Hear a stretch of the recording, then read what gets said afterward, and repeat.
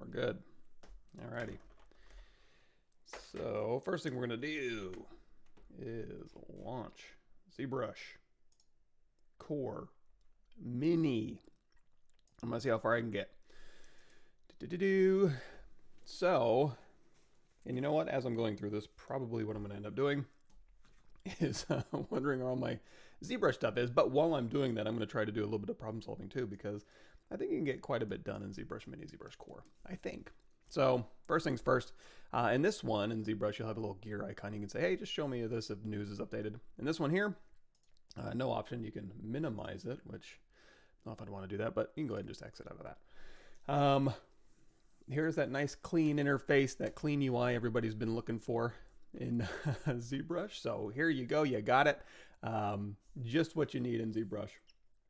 And yeah, let's get started. So we have a sphere option and a block option. Now when you click the block option, it's going to want to start a new project because you can see over here there's no subtools, so you just have one thing to work on and you can just work on that and that's it. So this is essentially going to load a new project with a block in it that has, say no, surface noise applied, and that makes it look like it's carved out of rock. And one more thing too, let me grab, I'm going to open up the help docs or the documentation here. Let's see, CG, ZBrush. There we go. So, okay, we got this thing here. You know what? I'm going to start with a sphere. I don't want to save any changes. It automatically has symmetry turned on. If you want to turn that off, you can turn it off and on over here. It is just X symmetry, so no radial symmetry or X, Y, or Z symmetry. And over here, you're going to see this is my camera orientation. So you know what? Let's go ahead and just start making a head here. So I'm going to go in here to clay build up. No clay brush, just clay build up. That's okay. And we're going to go through here. We're going to hold down Alt, and we're going to kind of shave off the sides of this head right here. Now you're also going to see behind the brush here, there's like there's a slight little red rubber band. That's lazy mouse. I don't see any lazy mouse control in here, so that's just on, and that's okay. It kind of evens out your stroke a little bit. I think that'll work just fine. So we went ahead and shaved off the sides of our head there, and actually we can actually use this as a way as for reference. If we want to make a head, we can just look right up here and orient ourselves in space and use that as reference for a head. So while I'm forward, if we go over here and we turn on the floor, you're going to see that Y plane. There's X, Y, and Z. So you have all three axes in ZBrush Core Mini here. I'm just going to keep Y on there because that's going to show us our floor plane here. And if you hover over this, you're going to see the floor grid is Shift P is the hotkey, and if you hold down Control, that'll give you a little bit more information. So the built-in help menu is still alive and active in here. Now the first thing I want to do, or I would want to do, I think, is I'm a hotkey junkie, and there's a bunch of brushes over here that I could absolutely use and assign hotkey to, but I don't think you can. So we got our standard brush here. So if I hold down Control, Alt, and tap, it's going to say, hey, press any key combination. Yeah, okay, cool. I'll do Alt S, or maybe just S. No, that's draw size. I think that's just some code in there that doesn't actually do anything. I'm going to assume, because yeah, I can go over here to clay brush, tap Alt S, and it doesn't do anything. So, oh, okay. Let me see. Streaming, recording, ZBrush Live. I don't know why it wouldn't be on YouTube. YouTube says online, at least on Restream. Maybe there's a delay. In fact, let me close all this stuff down. Don't need all this stuff open. Cool. So another thing you're going to notice is if I go over here, so you have perspective turned on. We have this Y-axis turned on. I can probably explain that when we start making our head here. So again, I'm shaving down the head through here. I'm going to switch over here to our move brush, and we're just going to kind of, you know what, I'm going to turn off perspective. I don't like working on in perspective anymore, I should say. So we got our head kind of started here. There we go. We got our head shape. So I'm kind of looking up here, and we're going to devise our head. Now I'm going to kind of start sketching on this head. So we're going to go over here to standard brush, hold down Alt. Oh, and I'm tapping S to go into draw size here. You can also go up here and change the draw size like so. I think this dynamic, if you double click that, is going to make it so that here's my draw size is going to be this big, and when I zoom in, it stays that big, and when I zoom out, it stays that big. So the draw size itself doesn't change depending on where your model is. I think that's how that works, but generally speaking, I probably want that off. So I'm just going to double tap that and make it so that as I zoom in, my brush size stays the same size relative to what I'm working on. So again, tap S, make this a little bit smaller, and right down the middle of the head is going to be our eye line. Right above that is going to be our brow line, and then so we're going to have our hairline here, hairline, brow line, nose line, and then chin. And I really wish I had a hotkey for move, but we're going to hop over there and we're going to grab that little move key. So this is going to be the start of our head. Now you're going to see, you know what, I'll go back over here to my clay build up, and we'll go ahead and just beep, boop, beep. Build this up for our nose here, hop back over here to move, and then we got a face kind of started. So now that I got a head, I can explain this a little bit better, I think. So you're going to see with this Y orientation selected, it's going to behave, you know, as I'm doing my navigation here, you've got, this is classic navigation. You just click in your document and move around, and it'll rotate your object. If you hold down Alt and tap in your document, it'll pan, and then let go of Alt, it'll zoom. So that's classic ZBrush navigation.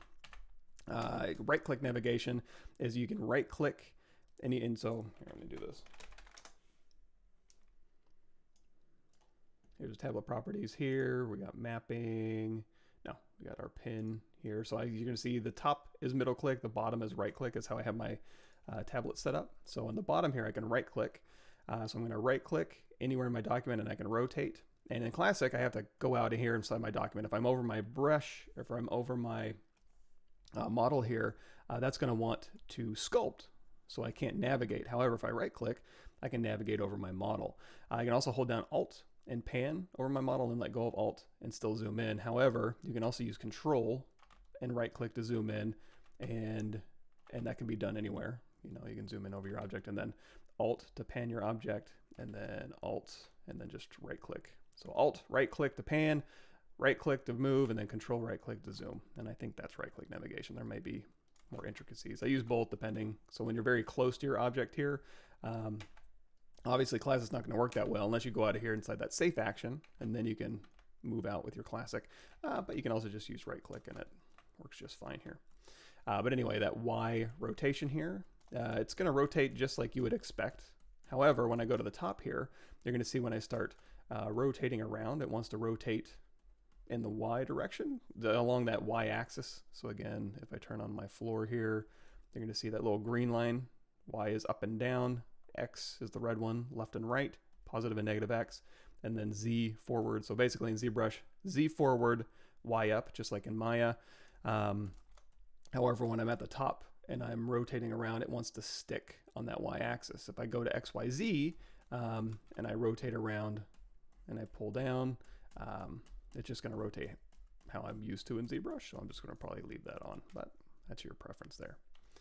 Yeah, so that's basically it. Here's some brushes we'll cover. Here's opening and saving projects, and then exporting images and OBJs in here. Z intensity, I think is U in your keyboard. You can go up here and change it, or just hit U in your keyboard. And low, medium, high. This is going to get whenever we get our, so here's our current active polygon count is 128. We're still below the low threshold, so we don't need to worry about that.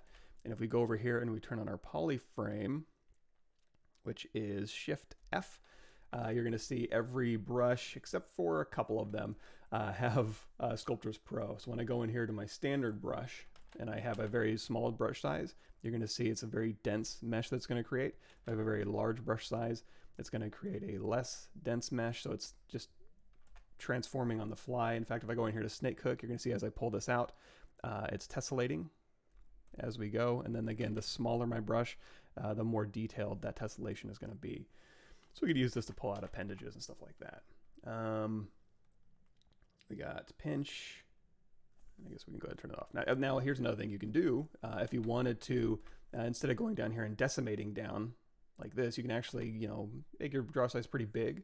Go over here to your standard brush, drop your Z intensity down to 0. And then if you just kind of rub over your mesh here, you can make it all one consistent resolution if you wanted to. I don't know if that'd be super helpful to you. That's another way you can control kind of testimating. What you would do in ZBrush, you can testimate an object.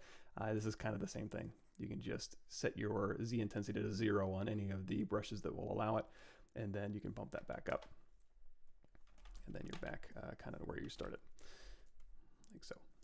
And then hold down Shift. So Shift is going to have automatically, so if I hold down Shift, that's going to smooth, and then you're going to see if I hold down Shift and smooth over a thing that's already, that has higher resolution. So this is pretty high resolution, then hold down Shift.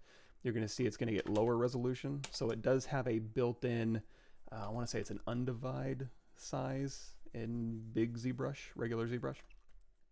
So that's kind of interesting. That's built in there. But as you can see, Clay Buildup has it built in. Standard Brush has it built in. Inflate does not have it built in. So you can kind of get in a bad state with this because there's no Dynamesh in here. So if you really inflate wildly, you're going to get some really bizarre geometry that you're going to have to go through and smooth out. So be careful with that one, I suppose. Pinch has it built in, and then Move does not, and that's the same as in ZBrush. Move doesn't. However, Snakehook does.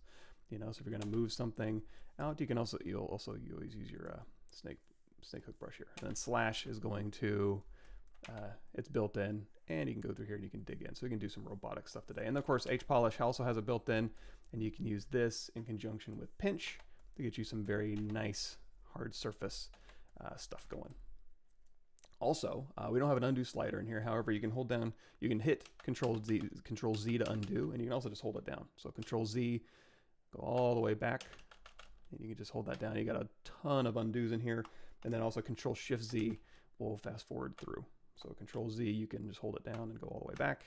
No slider or anything like that in here, but you still have some decent control. Cool. Hey, what's up, John? This is ZBrush Core Mini, so not even ZBrush Core yet. This is going to be ZBrush Core Mini to start with, probably hop over to ZBrush Core, and then depending on how far I get, maybe we can just hop into ZBrush at the end. Is there a link that compares the core versus main ZBrush? Wondering if this would be a good class starter for those who can't afford the main version. Yeah, I think there is. Let's see. Core Mini, the right one for you. So yeah, here's all the yeses and nos of ZBrush Core Mini and ZBrush Core here. And then ZBrush Core has a bunch of other functionality on top of ZBrush Core Mini. So we'll do a couple of different things. If you guys have any suggestions on what you would want to see made in here, and see if we can do it. Of course, you can make anything in here. It's just how creative you want to get with your problem solving. Same thing with ZBrush Core. And we can give that a shot. Morpheus says, I want to say the mechanical score was super useful. Love the UV and baking session. Thank you. Ask if you want to try Blender. I have. I use them all. And I am going to stream on Thursday. I'm not sure exactly what time, but I should be streaming on Thursday. But thank you. I'm glad that course was useful. Oh, that reminds me, I should probably go in here. My usual. So YouTube here. Playlist. There we go. And then also, speaking of ZBrush and new ZBrushy stuff, this is my... Forgot I did that. So if you go to my YouTube channel here, you're going to see there's a new and updated ZBrush in here. So you can go through here, and it's 50 videos. ZBrush 2021.6, I think, is the latest. So I think I've got all the information for 2021.6 to just kind of start out in ZBrush. This is big regular ZBrush in there that interests you. So that's, I think, the newest thing I did. And this will be the introduction to ZBrush Core Mini and ZBrush Core, which I haven't really messed with in a while. I do have a ZBrush Core quick start somewhere in here. It's a worm and an apple here. So here's the old ZBrush Core, kind of get started, you know, if you want to get started in that. And I think ZBrush Core you can actually get for free with like some Wacom tablets that you buy. ZBrush Core Mini you can get right now. In fact, let me find that.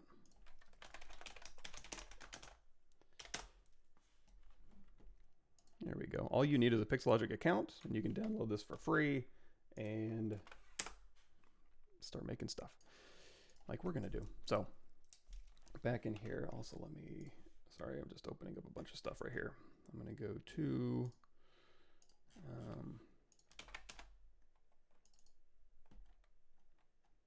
let's try and find anything. And again, if you guys have any suggestions on what might be interesting to be made in here, I'm all ears.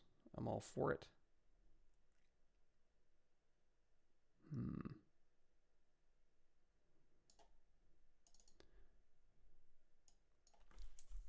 And there is no, okay, so this is interesting. There is, if I wanted to match something, if I wanted to bring in like an image that I could overlay or like do a see-through, I don't see a way to do that. And as well as in ZBrush Core, you do have access to the floor images. So you can go through here and you can add images to the floor, and here you can't. However, I do have a program, let me see, run it, called Quadro. Let me see here.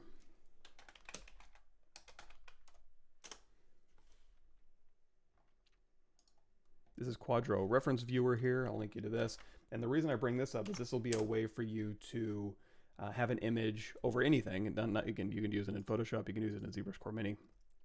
But you can go through here, and so I'm going to click, you can't really see this, but I'm clicking on that icon. I'm going to say add a local image, and then we can just bring in an image. So if I wanted to bring in a, let's bring in a head, images. So I'm just going to bring in, I'm just looking for a plain old, you know what?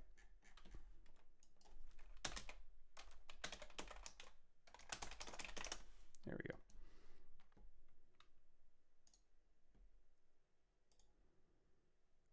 Save image as to my desktop. There we go. So I'm going to go to my desktop here, and there's a head.jpg, so I can bring this in. So this is in Quadro, it's not in ZBrush. However, what I can do is I can zoom in, and it's an image reference viewer. You can save, you know, images all over your screen and then save a preset, so it'll kind of save in there. So I'm going to kind of zoom in here, and I can also hit T and then make this less transparent. So I can actually use this as a way to have just image references over this. And I have to go over here to Quadro, and I have to go over here and say under settings, I want to always on top, and then settings, lock images. So now that I have that, I can actually have an image over my ZBrush Core Mini, and I'm good to go. So that's one way you could go through and you could have reference in ZBrush Core Mini without having to resort to image planes and stuff like that. Say okay, we got our standard brush here, and then we're just gonna go through here. I'm gonna hold down Alt. You know what, I'm just gonna hold down Alt, and we're gonna make a cavity in here where the mouth is going to be. And we'll make lips in a second. And then of course, yeah, the cavity where the eyes are gonna go. And then here is our brow ridge here. And then we've got, here's our hairline that we already have built in. Here's our cheekbones. So we can just kind of go, hold down Alt. This is where our cheekbones are gonna go. And then our ear is gonna go between the brow and the nose here. Our nose is about where it should be. And of course we have that lazy mouse kind of turned on. So go ahead and make this a little bit bigger here. We got our chin, and then of course we'll add a neck and stuff like that. So this is about how much I'm going to use this, but you know, it's interesting if you want to use that. In fact, there should be, I'm going to go ahead and just get rid of that.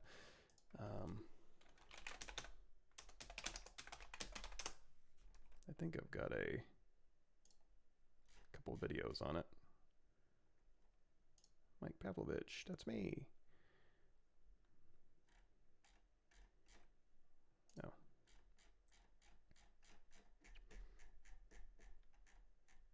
Oh, there it is, YouTube.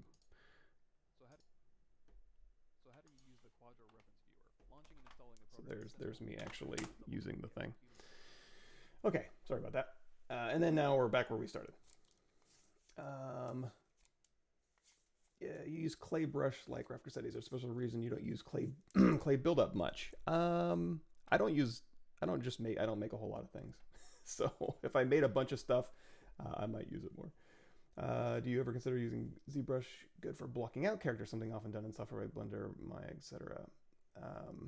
Yeah, I only use ZBrush for that stuff. Blocking out characters in any other program is too slow for me. I can do it, but I do everything in ZBrush because it's much, much faster. What's the difference between this and PureRef? Well, I don't know. When I use PureRef, it's usually like a contained board that's like a board that has to be somewhere on my monitor, and then I put stuff in it, and then I can like label it and stuff. Quadro isn't a board. It's just a bunch of images you can put anywhere on your screen. So if you have, like right now I have ZBrush in the middle of my screen and I have a bunch of empty space around it. So I can literally put images all around my screen instead of behind it.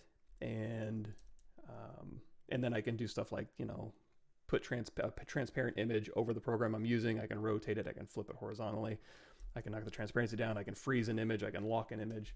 All that stuff. You may be able to do that in PureRef. I've just never used PureRef like that. Usually when I use PureRef, it's here's my board, here's my images, here's my titles, and that's about it. Character artists, all those new character generators, is there any future for us? Nope, we're all done. Wrap it up. Same thing with anything. Oh, let me see. Well, my volume should be okay. My mic's picking up quite a bit. Anybody else having a volume problem? Cool. Yeah, so there is yeah, I don't the same thing with environment art, you know, you can photogrammetry everything until you can't, until there's going to be a lot of stuff you can't photogrammetry, or you can't capture, you can't scan. Let's go in here to clay build up here, and so we've got our head here, and we've got our nose. I'm going to go over here, and I'm going to get kind of good, I hope, at finding where these things are, so I can find them a little bit easier, so I'm not having to, because usually I have my hotkeys, and I don't have to take my eyes off of here. So okay, so from the front of the head to the back of the head, about halfway down is where your eye line is going to be, and then your brow line straight back to your nose line is going to be your head line here. So we can actually go through here, and you can, oh, okay, yeah, there's no masking in here, so you're just left to your own devices as far as, man, I really want to control B that clay buildup. Going through here and just, you know, it is a brute forcer of a sculpting program. You can go through here and you can move and all that good stuff, but no masking or anything like that. So we're just going to use our move brush, and we're going to start pulling this back here. And there's no insert mesh brushes or anything like that, or appending to a subtool. So it's literally just going to be moving this stuff around, and then again, go in here to clay buildup, and then we'll go grab these cheekbones here, and then go back to our, let's use /3. That way we can kind of start defining where these features are going to go a little bit.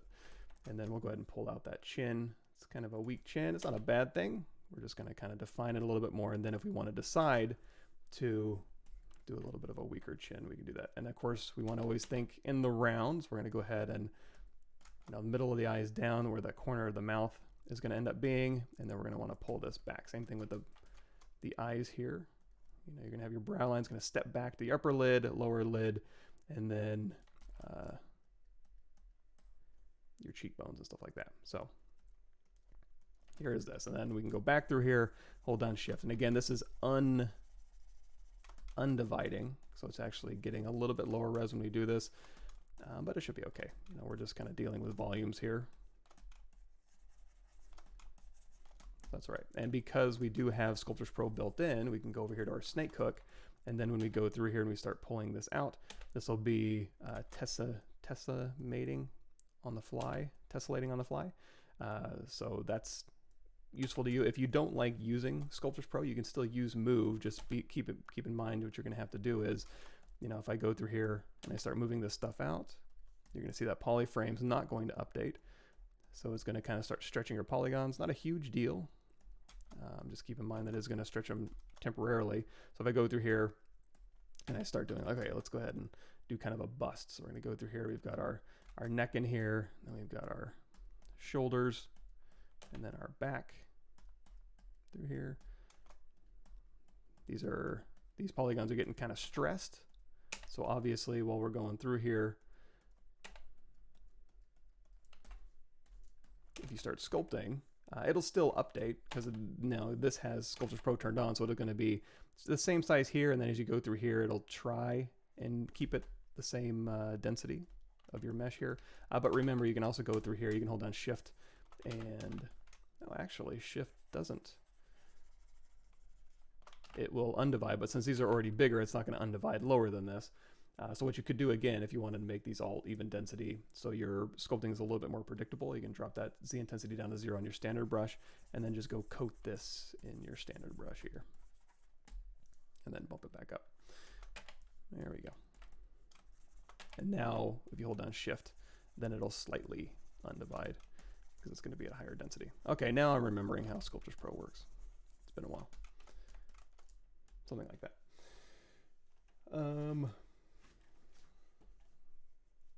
Cool. I don't really have a favorite 3D printer. I have an Anycubic Photon that I got set up and then ran through some practice stuff. And let's drop this Z intensity down quite a bit. And then it had to keep gathering dust because I keep getting busy with other things. But one day, eventually, I will 3D print something. Speaking of 3D printing, once we get to a certain point, we'll go ahead and we'll export this model out, or whatever model we want to end up making, and then it's gonna look like a mummy here. Yeah, I kind of wish there was a clay brush. I guess we can keep dropping that intensity down. So in ZBrush, you know, I can go through there and I can change the stroke to kind of smooth that out a little bit. Of course, we don't have that option in ZBrush Core Mini, so brush a little bit smaller maybe. So again, relying on just sculpting brushes to problem solve is it's a little new to me. It's not my usual go-to, but you know what? We'll give it a shot. So we also don't have like a Damien standard. We do have a /3, so if you hold down Alt with these brushes, of course, if you just push in, let's go ahead and crank that intensity up. Yeah, you can cut in, and then you can hold down Alt, and you can pull out to a surface. So if we use that, we can actually go through here, and we can start kind of building in an upper lip and then a lower lip here. So you can kind of use this to start defining some of our features here, and then around the nose. You know what? Let's just go ahead and here, and then here, and back around.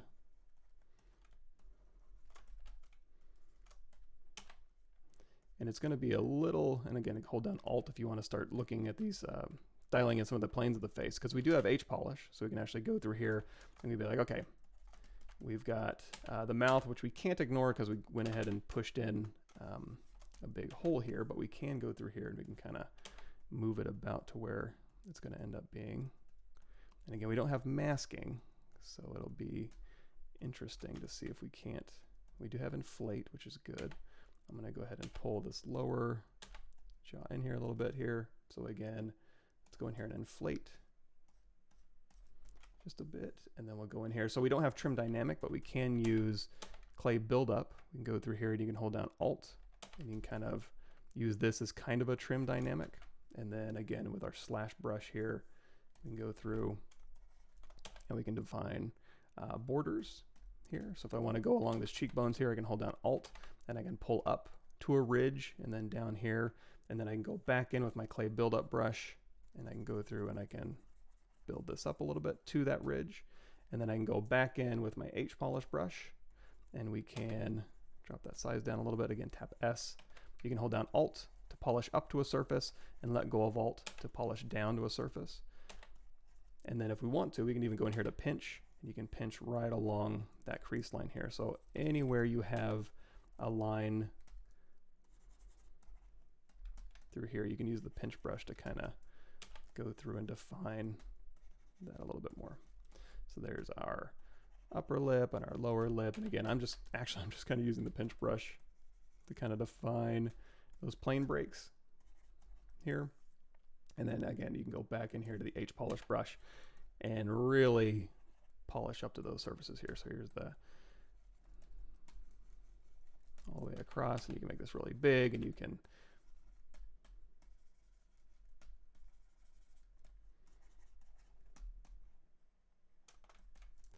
go through there like that. And then go back to our clay buildup here, and we'll go through and just clay buildup. So here's where zygomatic arch is going to go.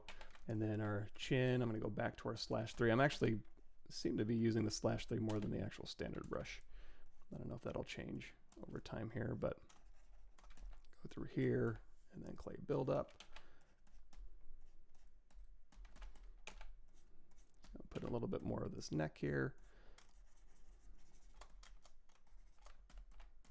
And then let's go ahead and build up these eyes a little bit. So I'm going to use clay buildup for that.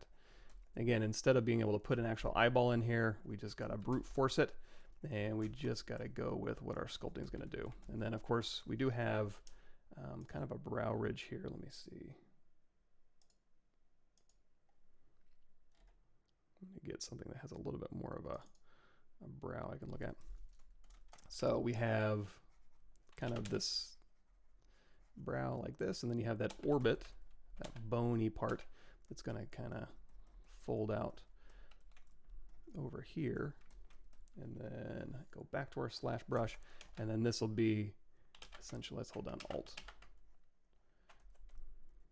That'll be where our eye is going to go. And again, it's going around that volume, so you always want to go back here and then go grab your move brush or your snake hook brush and just kind of pull these things back. And now we're starting to get to where our active point is actually higher than our low.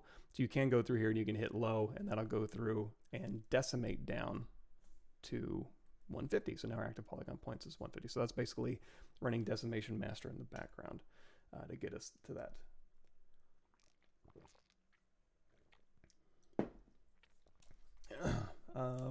Is there a different way to render different subtools with different filters? One filter for each subtool? No, but what you can do is you can save out a, what do you call it, like a clown renderer or a material ID renderer. So essentially it'll give you a different color for every spot or for every subtool.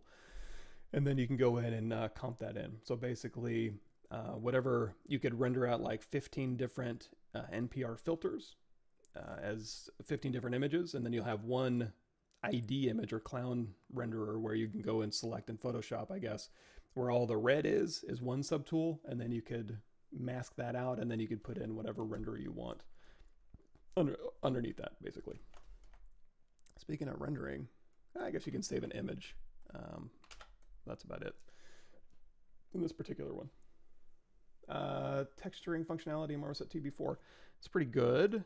I have a video on that, which is here.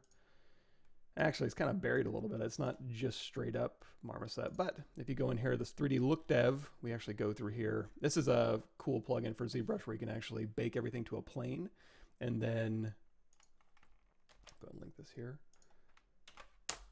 You can bake everything to a plane, and then you can throw it into, it'll link automatically to Substance Painter or Marmoset Toolbag 4.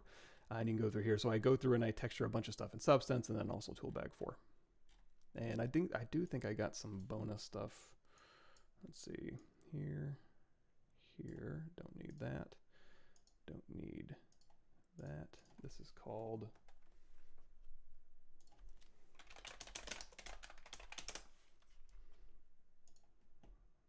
there we go. And that's all free on my YouTube channel, by the way. But in this particular one, there's a couple more videos in here. So basically, we go through and we do a, I guess I can't control volume in here. I do a scarab first, and then we go through and we texture in Substance Painter and Marmoset Toolbag 4 and render in Toolbag 4, transparency and all that good stuff. And then we do a truck, and then the bonus is like this little robot guy, comping in Photoshop. This multi-view gun, you can texture at the same time. This guy with a split open head. That was from another live stream and all that good stuff. And you can download all the 3D models there too. So if you want that stuff. So again, let's talk about this. You can check those out. It's not necessary though. You can just go on YouTube and you can get the gist of how to do it. But we got our head here, and let's go in here to our move brush. And you know what? I'm going to probably use the move brush more than the snake hook, just because I already know the density of the mesh. I don't necessarily want the snake hook brush to add or subtract any density from my mesh, so I may be hesitant to use that unless I'm pulling something out that's crazy, like this. If I wanted to do this, no problem. Or in fact, we could, let's do this. Let's go here. trying to think if there's a... And again, while it's tessellating on the fly, this would be an instance where I might use that. Oh, here's another thing too. So if I hold down Shift and start smoothing, it'll start smoothing my mesh. In fact, I can, okay. So I can actually create subtools using this method. So I could actually, let's try that for the eyes. But anyway, what I was going to show you is if you hold down Shift and start smoothing, let go of Shift, it'll actually inflate. So that's built into the Sculptors Pro functionality in ZBrush, but also ZBrush Core Mini, it looks like. So use that to your advantage. And so I wonder if we can hack the system and actually have a separate piece of mesh. The only problem is you wouldn't be able to really work around it. It would be a separate mesh technically. So again, like I said, you could separate off a mesh here, and then you can go through here and you know, try and move this mesh into place and inflate it. However, it's not like you can mask it or Control Shift tap it or anything like that. So I don't know how useful that would actually be. But if you can figure that out, go for it. So we're going to go through here and we'll kind of do a little bit of a build up here. And again, no VDM brushes or anything like that. But here, and then, okay, let's go back into our slash brush here, and I'm going to crank up that, keep cranking up the intensity on this thing. So we're going to have, here's our lip, and again, we're going to go through here and kind of pull this out, and then define that nose a little bit more. There's a labial fold here, and then let's just put like a little indication here, and then we'll go back into our, you know, let's try standard brush. I want something a little softer than clay buildup. Actually, what I really want is the clay brush, but I'm not going to have that.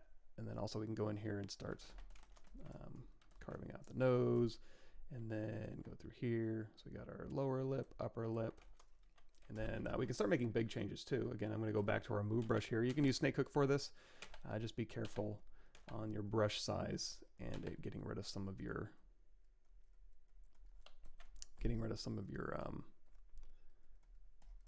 details there.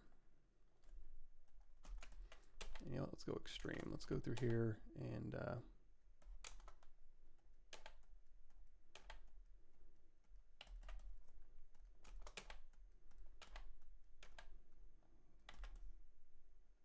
very weak chin or very strong chin. Now, at any point, go through here and really crank out this or knock these back even more. Anytime you can go through here and you can save this out. So here we have open project, here we have save project. So save project is going to save as a GIF, PNG, or ZPR. So if we throw this on our desktop as a test dot, let's try it, GIF. Let's see what that does. Sorry, let me move this over here. There we go. So I'm going to hide this. So this is the file at output. So here's our GIF, and if we open this up, sure. You're going to see there's some little sparkly things down at the bottom here. This means if you save this anywhere, in fact, you know, I've posted this on ArtStation or anywhere you can save an image on Twitter, anybody will be able to download this GIF, and this information down here is storing those vert positions. So they'll be able to open this in their program. So that's kind of neat.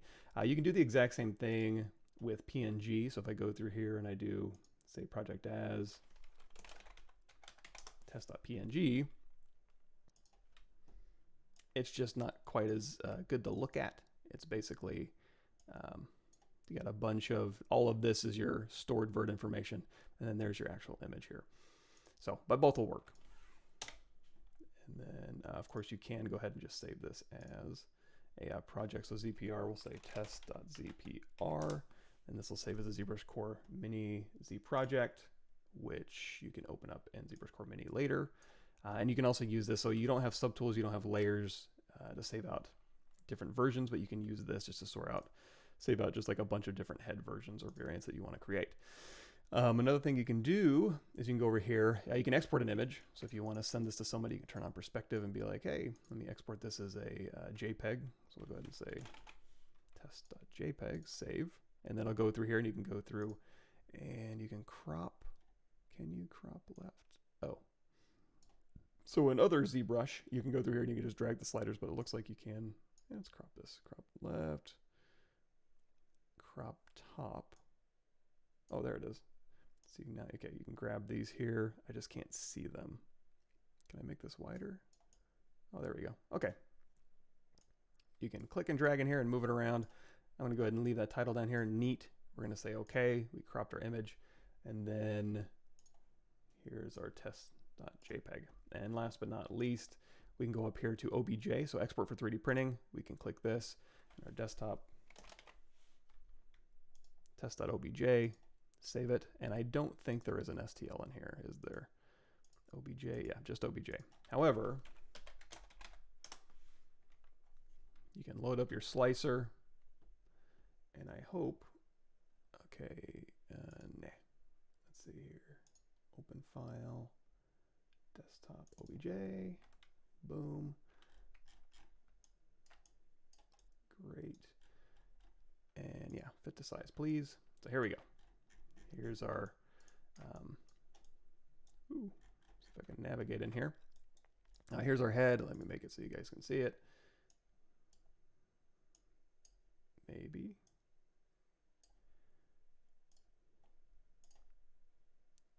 Boy, it really wants to fight me on this resizing here. There, oop, doesn't want to get any smaller. Well, we'll pull this down here.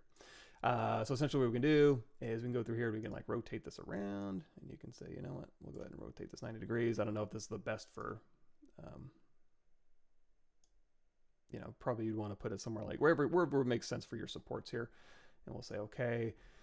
And then screen capture, undo, redo, clone, auto layout, hollow, dig a hole, and repair. Okay, so we can hollow this out. So in ZBrush Core Mini, there's no like Dynamesh with hollowness or anything like that. However, in here you can, so we can say, let's go ahead and hollow it out. Ooh, let's say 2 millimeters. And we'll go ahead and run that.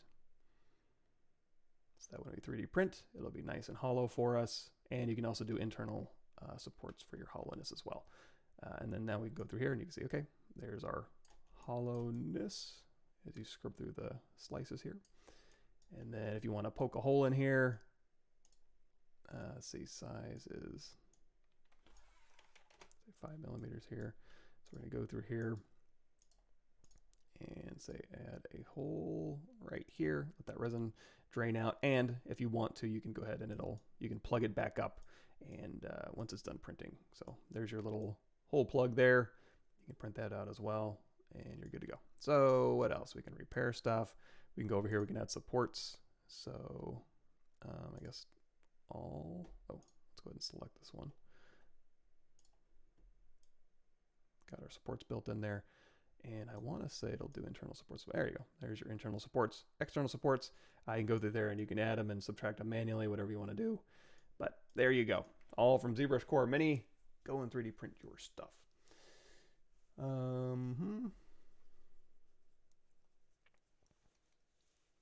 used to take short time. Now it takes minutes on end to save. Tried stopping autosave to use escape, freezes up until it's finished saving. Wonder if there's something in the file that's causing it to be big. Yes, this is ZBrush Core Mini. How to fix some parts of the mesh having lower resolution and why are triangles hard to work with? You can Z-remesh and project, not in ZBrush Core Mini, but you can, if you want to fix your geometry distribution, you can do that using Z-remesher. Cool. It's hard to fix some parts of mesh having low resolution. Yeah, and a triangle shouldn't be hard to work with, at least not in ZBrush. Yeah, and Sculptris Pro is always on. There's not an off or on. Let's go ahead and close out of this. Yeah, and it's basically on for all the brushes except for Inflate and Move, I think. Yes, that was Chitubbox Slicer. Do auto supports work for you? Usually. Would you want another hole at the top of the head so the resin can drain out? The hole at the shoulders would be so air can get, so the resin can drain. Yes, absolutely. Good point. Can you assign ID materials within the same subtool vert welded? Yes, you can. If they're vert welded, you can always paint vertex color. So it's not going to be super precise, but you can always, in ZBrush, not ZBrush Core Mini, but in ZBrush you can go through and you can use visibility or masking or whatever, and you can color fill, vert color. So you can have a version of your file that's just vert color, and then when you go and render that out, that'll be what you can do. Okay, so we got this here. Let's see. Let's just see. Okay, so we're going to go through here. You know what? Let's, do we want to go? So again, we've already saved this out. We can start making variants in here. So let's go through here and we'll inflate, and we'll do a, let me see if I can get a, I guess that's cool. Let's go through here. I always want to use my hotkeys. So inflate here. Shift to smooth. So again, we're just going to do a variant here, a little bit heavier, and let's go back in here to our clay buildup, and we'll start knocking this back. So here's our chin, and here's our double chin here.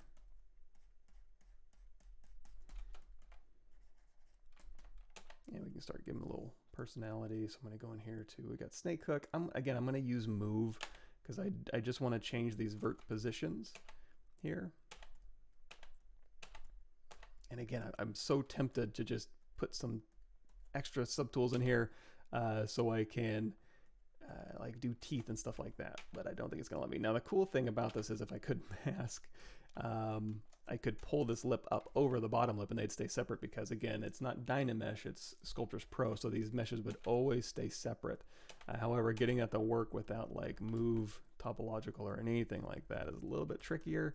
Go in here with like little baby movements and then go in there with inflate maybe and see if we can't get these things to, I guess we can leave it open a little bit, it's not a huge deal. So you got kind of an underbite there, that's fine. And again, go into the clay buildup. So one thing we were talking about was our ability to make hard surface shapes. You know what, let's give them some clothes maybe. So if we want to, just to kind of deal with some hard surface stuff. So if we want to give him like a shoulder pad or something like that. And obviously this is very well set up for organics and stuff like that, but you may not want to print out just organic-y stuff. So let's talk a little bit about some ways around that. So like I was saying before, let's go ahead and give him a little bit of clothes. So we're going to go through here and let's go ahead and grab our /3 brush. Sorry if I keep leaning away from my mic. And let's see. Stay hydrated here.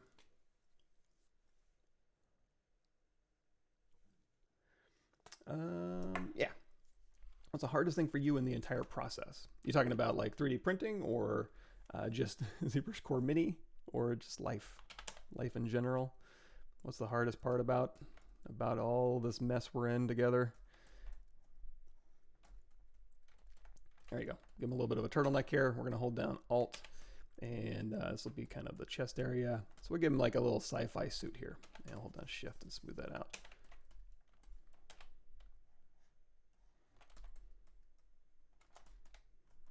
And then, you know what, down here, we'll go ahead and give him like a little bit of a chest plate. And then we'll go ahead and, again, I'm just kind of sketching with /3 where I want my stuff to go. And again, we're going to do a little bit more hard surfacey, kind of a hard surfacey look. So we're going to go through here and we're going to go again back into our clay buildup, and we're going to just build up to those ridges we put in. And that'll kind of give us that visual separation between one object, quote unquote, not really, but the illusion of that, and another. And in fact, I want to keep that low. Can I just use the standard brush? I'm really dying for a clay brush here. It gets so lumpy. That's okay. We can fix this with H polish. It's just kind of a bummer. Let's say smooth all this out. So okay, that wasn't as beautiful as it could have been, but we gave it a shot. So anyway, we've pulled up our ridges and we build up to there. So now I'm going to go in here to H polish, and that's going to allow us to really look at our forms here. So we can go through here, and again, we're just going to kind of use this as a way to smooth without actually averaging any vertices.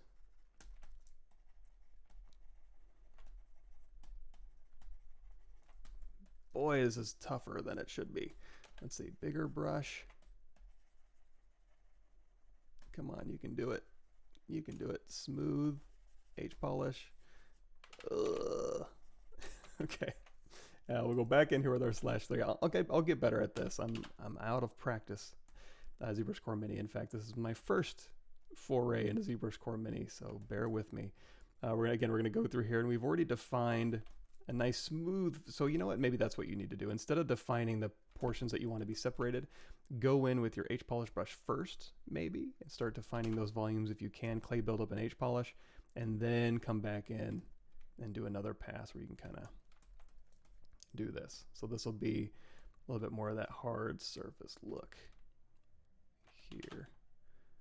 And you don't have to have symmetry turned on this whole time. You know, if you want to break symmetry, you can just tap X on your keyboard to turn it off, or just go up here and turn that off. And then if you wanted to, like, I don't know, go through here and break one of these horns, I'm just going to hold down Shift. We're going to use Sculptress Pro to kind of go through and just knock this back a little bit, and then we'll use our move brush. Go through here and kind of blunt this one. There you go. And then you can turn it back on, and then you'll have asymmetry through the horns, but symmetry through the rest of it here.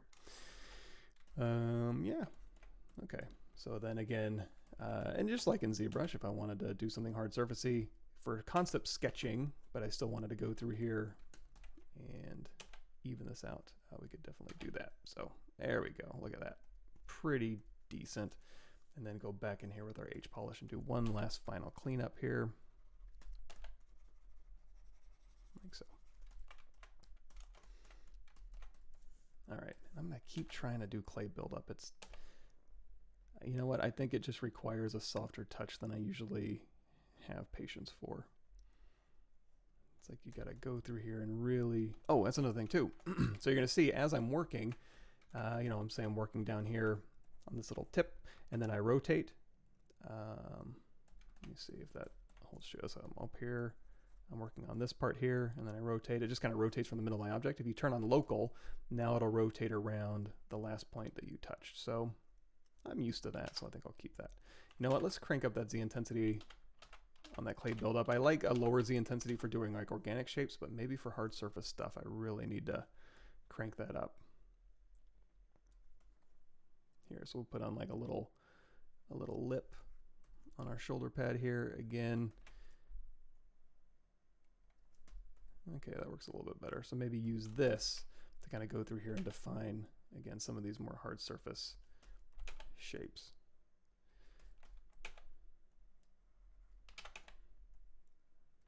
And I guess the challenge is, yeah, what can you create in ZBrush Core Mini? And I think you can create just about anything. It just, you might have to take a little bit more of a roundabout way to get there, because again, all the solutions are kind of brute forcey. You gotta go in there, and if you want to make it happen, you gotta sculpt it, which isn't a bad exercise, I suppose. And then if you want to clean this up, again, just go back in here to your H polish, drop that size down, hold down Alt, let go of Alt as needed to kind of polish up to a surface and polish down to a surface, and then use /3. Okay, that worked a little bit better than the shoulder pad.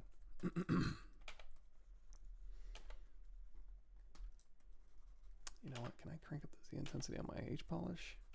Yeah, okay, that's a little bit better. The other bad thing, not the bad thing, the other thing too is I tend to use a larger brush size for my H polish brush, which also means I'm going to lose resolution. And since I can't dial in the Sculptress Pro settings, I gotta just kind of eat that lower resolution and then have to go in and clean it up. It's not a huge deal though, because again, to clean up these shapes, you can go through and you can use the pinch brush as well. So in fact, I forgot about that completely.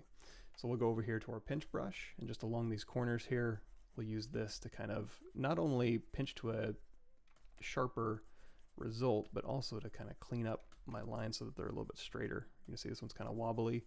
You can use the pinch brush here to kind of straighten these out. And again, no masking, so you just got to kind of sculpt what you want to see, and then go in with your move brush or your snake hook brush. Okay. Let me see, can I hold down Alt? The pinch brush, does that do anything worthwhile? Doesn't look like it. Okay. A little more hard surfacey. And then you know what? We don't have a clay brush, which is what I would use to kind of put in like a little, like a, I don't know, something to kind of plug in. I suppose we can try to use the standard brush for that. And you can't use you can't drag out an alpha or anything like that. So we can go through here, we can put in a little port. Again, just using our standard brush to kind of build this up. I guess you could use Inflate too. And then we'll go in here to H polish. And we'll kind of knock that down a bit. And then we'll say standard brush, drop our draw size down.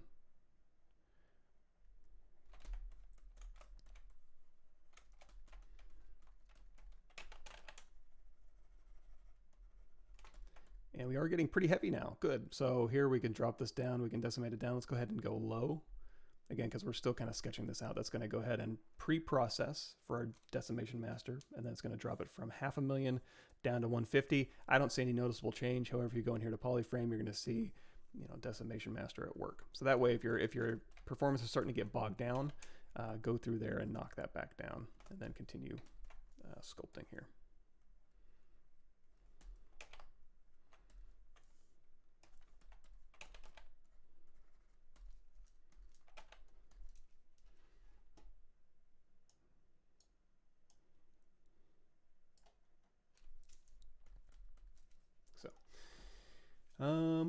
Let's see. Yeah, this is the corest of the miniest. We may hop into ZBrush core. We've been in here for an hour. That's longer than I thought I'd last.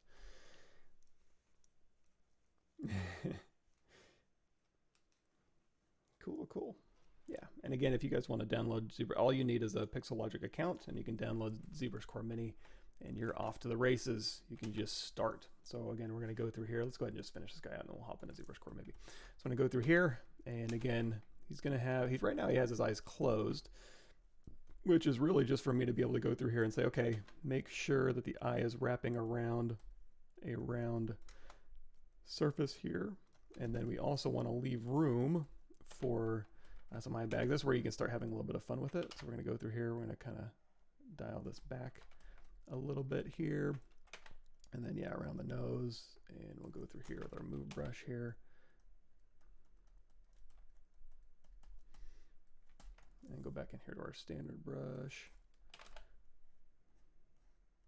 And then being a little more feather touchy. You know what? Let's go in here with our Inflate Brush. Inflate Brush is usually pretty a soft touch.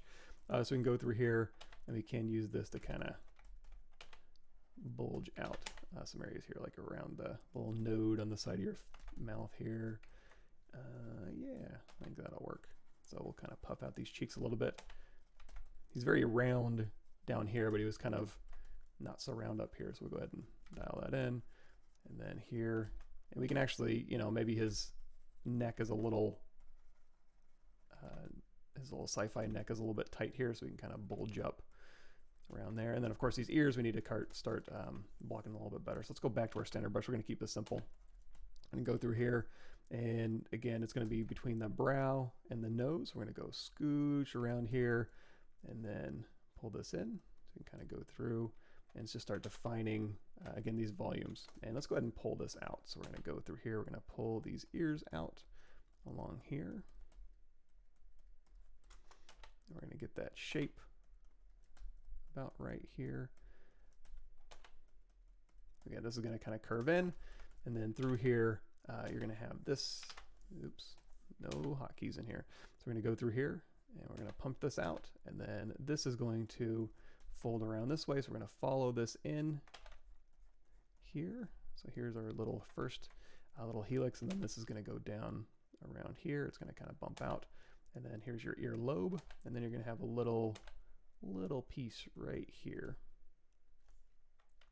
And again, this is going to keep folding in. Then you're going to have a auditory meatus, little ear hole right down here. We'll hold down shift. We'll smooth this out. And we'll go back to our clay buildup brush here. And again, this just allows us to kind of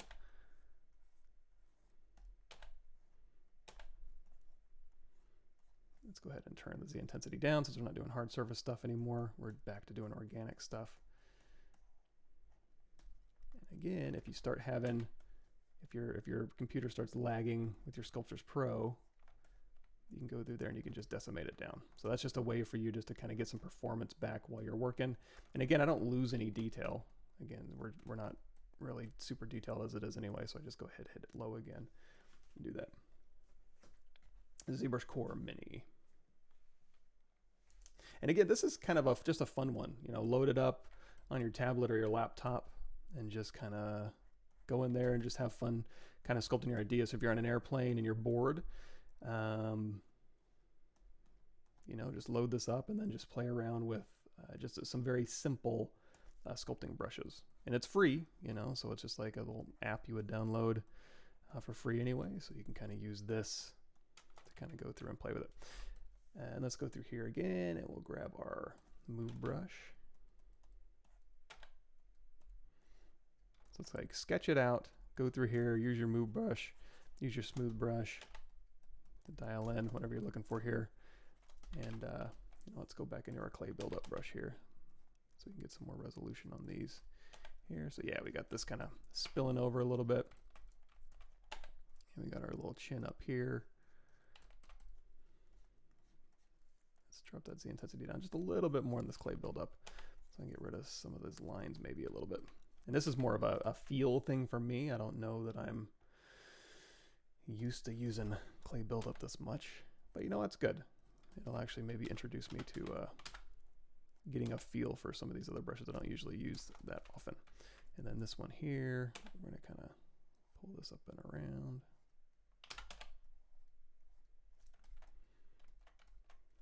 Hold down Alt. We'll define this lower lip a little bit more. And again, this upper lip here. I'm holding down Alt to kind of build up that ridge. And then through here, let's go ahead and grab our standard brush and we'll kind of put that little filtrum right here and we'll smooth this out. And then for the nose, again, going back to our /3 brush, this is going to kind of curve around and in. So I want to indicate that a little bit here. And then this nose hole, sorry, nostril.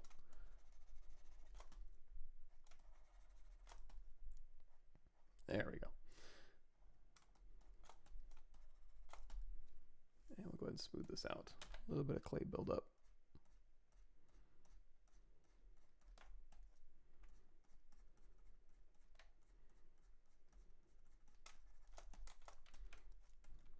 And for this lip too, we'll go ahead and we use the Inflate, which kind of taxed that geometry, but as we're going back through it, it's kind of rebuilding it with Sculptris Pro, so that's good.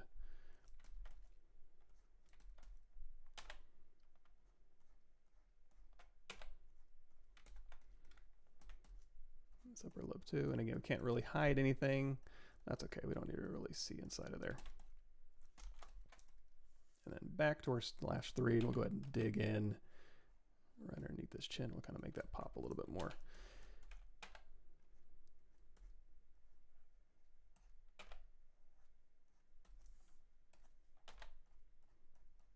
So we're using /3 to kind of dig in, and then clay build up to kind of go back in and build up.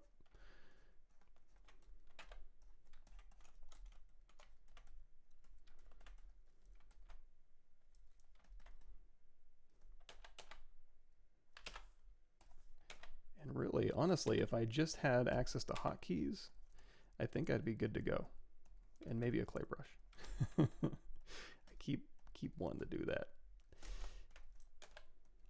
Oh yeah, and then for the eyeballs here, we can go through here and we can do, let's go back to /3. We'll go ahead and smooth this out. And instead of just having them closed, we'll go through here and we'll kind of, again, we're just gonna still maintain where the eyeballs are. We're just gonna kind of hold down Alt and put in an eye shape. Same thing for the lower lids here.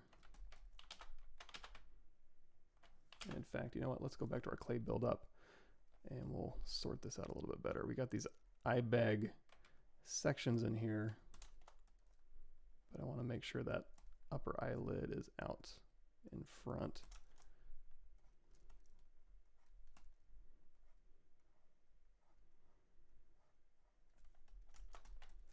Sorry, this is more sculpting than usually actually doing when I do stuff. Again, holding down Alt, and then we'll kind of put in a little teardrop thing there.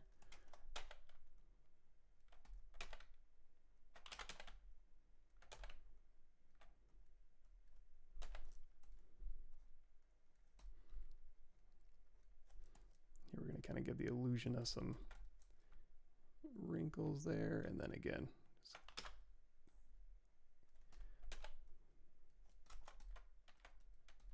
all right, I guess you can get good enough here. Let's move these around a little bit.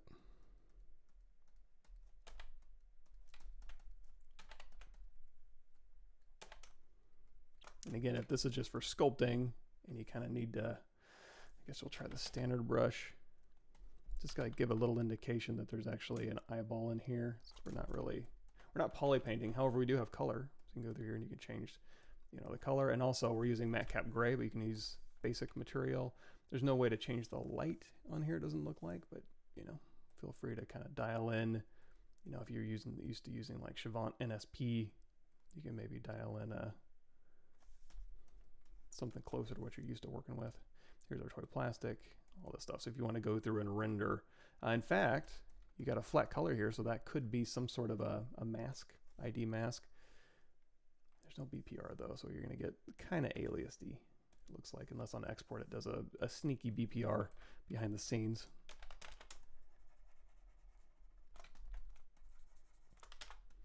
And again, let's go back in here to clay buildup.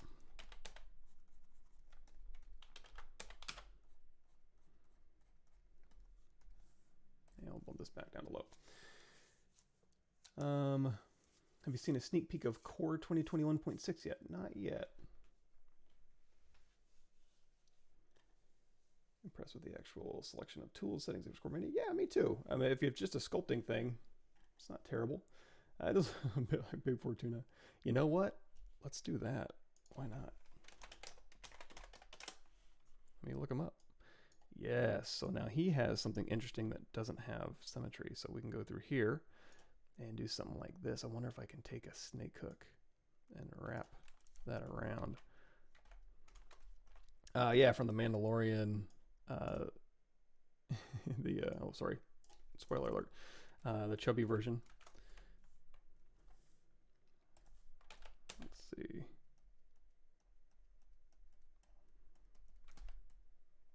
Because he has those kind of knobs on the front of his head here. You know, let's see.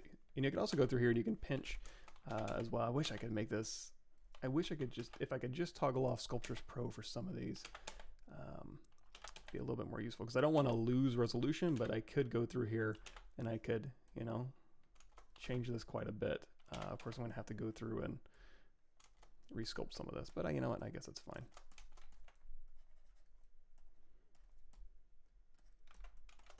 Using that pinch brush instead of going through and using like just the move brush and stuff like that. Like I said before, we can turn these into just knobs. And then I wonder, let's see how well this works. Because again, I don't have masking, so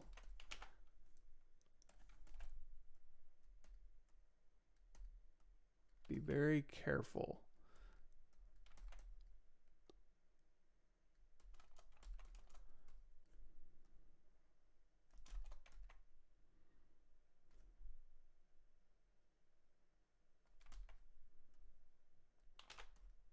Ooh boy.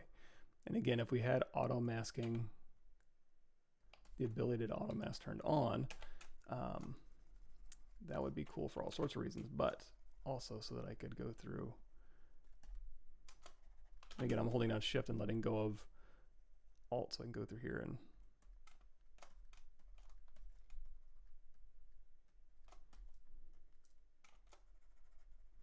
the good news is I think you've got like 10,000 undos probably with Zbrush Core Mini, if I had to guess, or something close to it.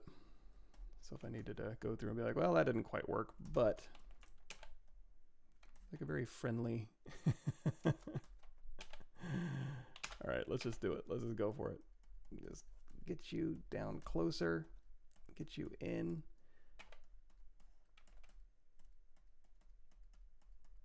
And let's go through and inflate you.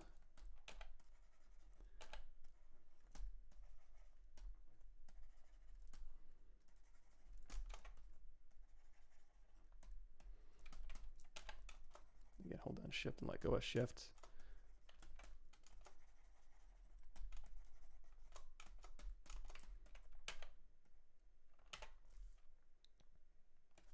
Move.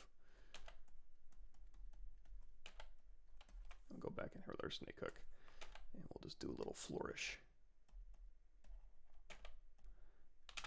Yeah, and getting these things close together, oh, it's a nightmare. All right, inflate, force it, smooth, let go of inflate. You can do it, it's just gonna be a little rough. All right, we got something. We'll go ahead and turn on X symmetry again. Smooth this down and go back in our clay brush. Clay build up here. And again, we kind of thinned the lips out. Kind of give them a bit more of a bib Fortuna look. And again, go back in here to the slash brush here.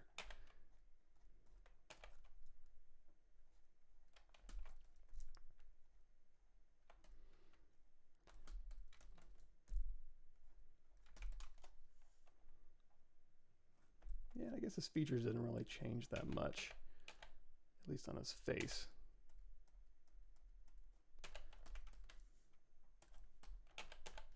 Just around here got a little heavier.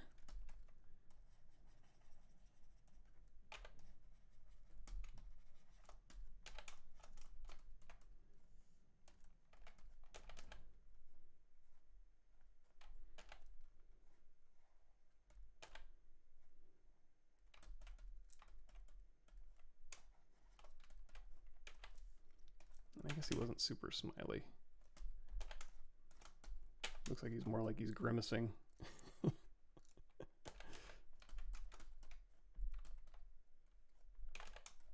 we'll get rid of some of these smile lines in here. And one thing I didn't do was play around with this brow very much.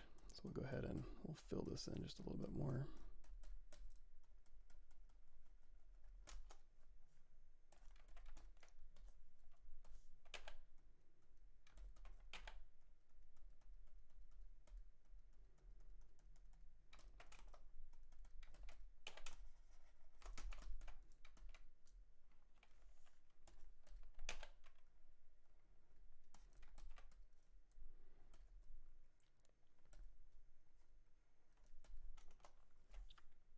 Actually,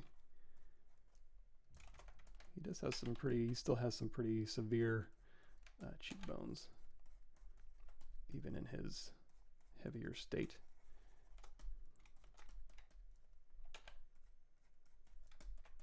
I guess that's kind of signature.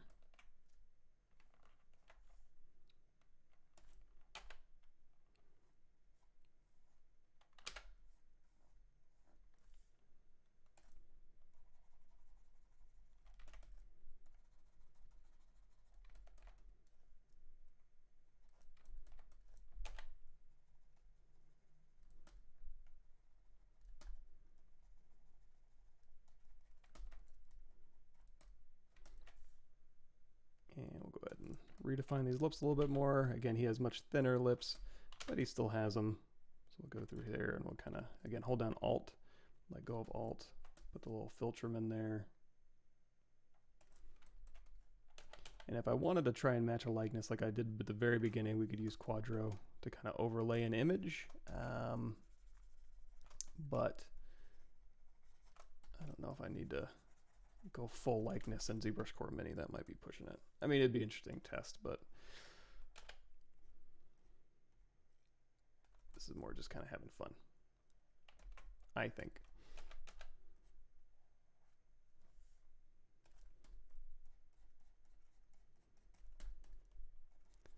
We'll fill these back out. Yeah, let's really push that in.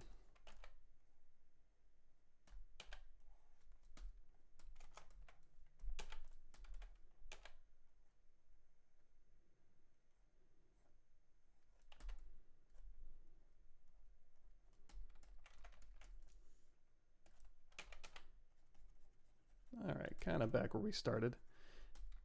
Yeah, getting those meshes close together with tessellation is a bit tricky. But looks like we got our symmetry back close enough. Let's see, his nose isn't this rounded.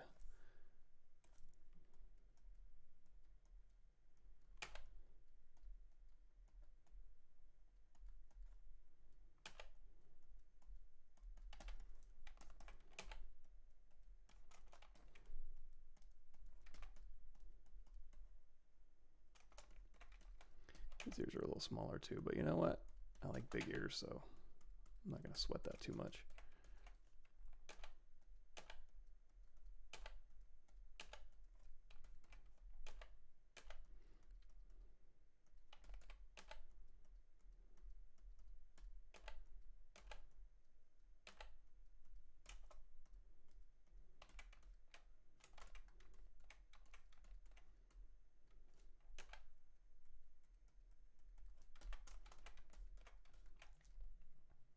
And then a big lump on his head.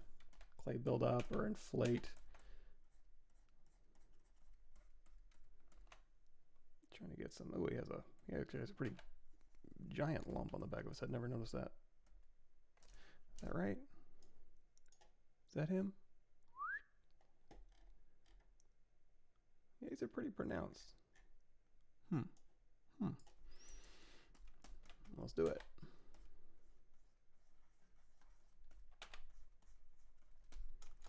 Like I said, we'll use the snake hook so we can tessellate as we pull this back. That'll be his lumpy head.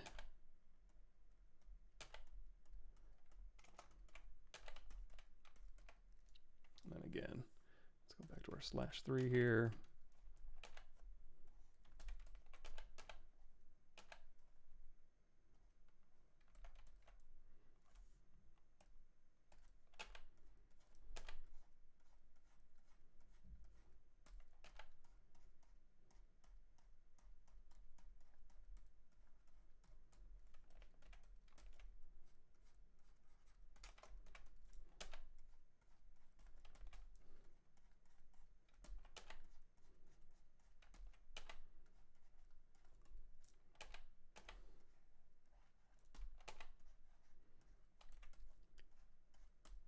Chubbier here. Ooh, I wish I could mirror that ear over. Well, in this case, you may want to turn off X symmetry and finish out that ear. Yikes. It's kind of going across the form here.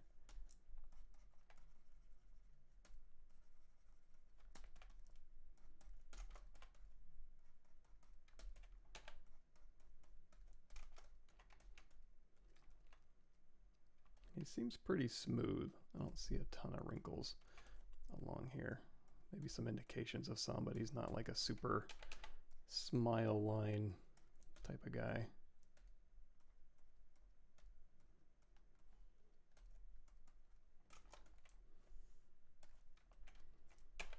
Go ahead and carry these up here.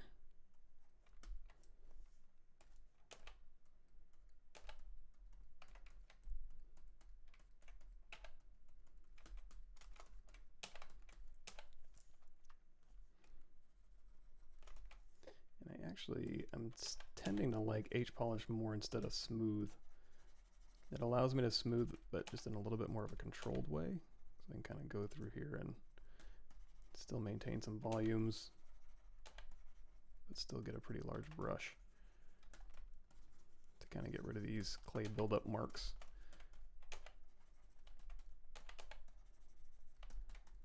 Yeah, let's stick with that.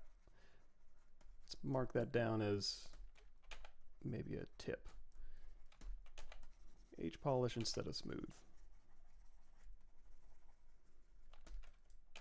And again, you can always hold down Alt to H-polish out to a form and then let go of Alt.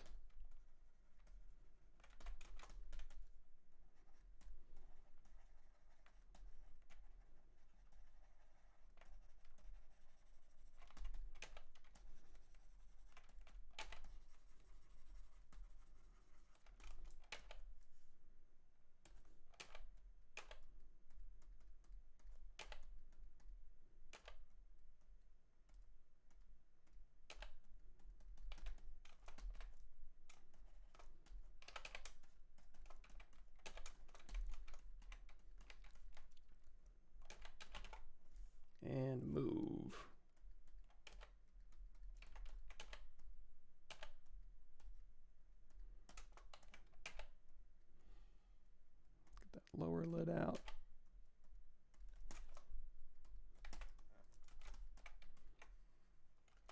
And on here, you know, as this thing is, let's do this. Let's say Z intensity down. Nope, we'll keep that up. Standard brush, Z intensity all the way down. Turn on polyframe so you can see what I'm doing. I'm going to use this to kind of get a little more resolution where I need it. It'll still sculpt just fine. It just might have a little bit of a hard time if I'm doing fine detail to find enough verts to start on. So I'm just going to kind of add some resolution back here. And then we'll go ahead and turn polyframe off, and we'll kind of smooth, undivide a little bit here. So as this thing turns, you can go through here and you can kind of indicate like, oh yeah, as this thing is turning forwards, it's going to kind of squash a little bit here. It's going to stretch on this side, but squash on the inside. So I'm going to try to sneak in here and just kind of grab a little bit of this. This is where visibility would come in handy. Get in there. So this will be our kind of, oops, let's turn off symmetry here. This will be our squash side. So again, as it turns, it's going to kind of squish here, and then on the opposite of that squash is going to be a stretch side here. And that'll just give you, a little bit of an indication like this thing is actually has weight to it. Let's go back in here to move brush and we'll kind of fill this out a little bit. We got that. We can go ahead and smooth this out. And then if you want to go really crazy with the detail, which he does have, kind of this striated, let me see, shift isn't going to do it. Yeah. Got kind of this going on. It's a little bit of a skin texture-y thing. And again, I'm going to emphasize that on the insides a little bit more.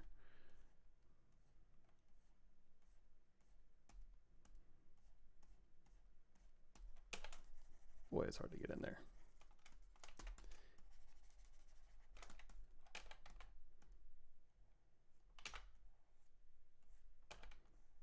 Again, you can hold down Alt to kind of pull up to a surface, but again, this is kind of rough to get in there. We can go ahead and fix this with our move brush maybe.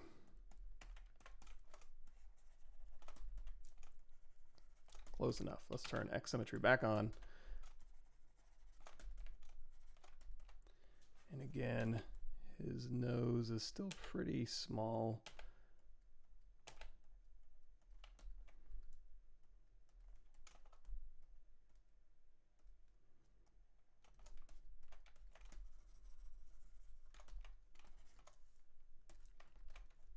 It's kind of more of the same, and I guess that makes sense for a ZBrush Core Mini.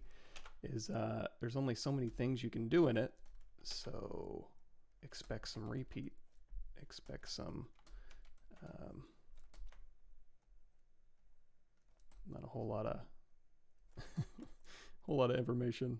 Not my usual spew of ZBrush stuff. It's more like, well, you got the clay brush, or you got the clay buildup, and you got move.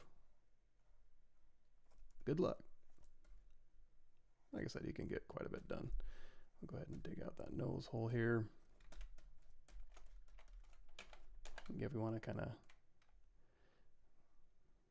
define some of these volumes, you can just go right back in here, hold down Alt, and then use your H polish to kind of go back in. A little bit of clay buildup. A little bit of smooth. And knock it back down. Woo! Zbrush exportable as an OBJ. Yeah, just go right up here to export for 3D printing, and you can export it as a OBJ.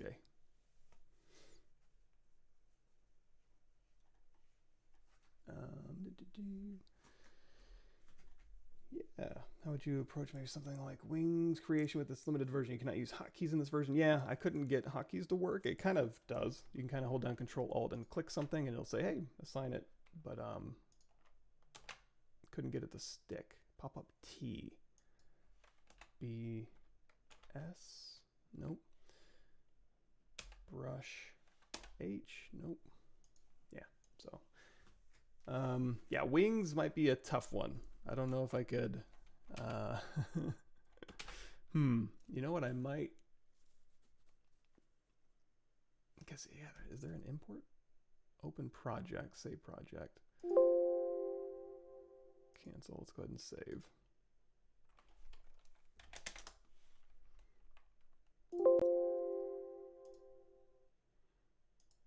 GIF, PNG, ZPR, Z project. I'm guessing you probably couldn't open up, obviously you can open up a Zbrush, Z project, so it'd have to be a Zbrush Core Mini. You can't import anything.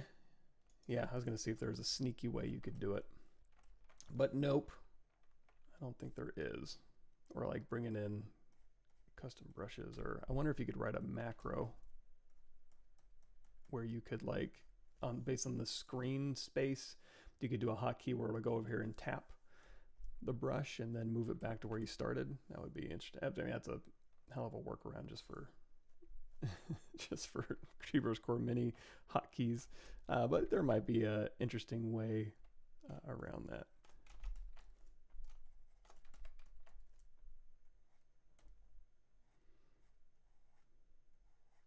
Just using like Windows functionality.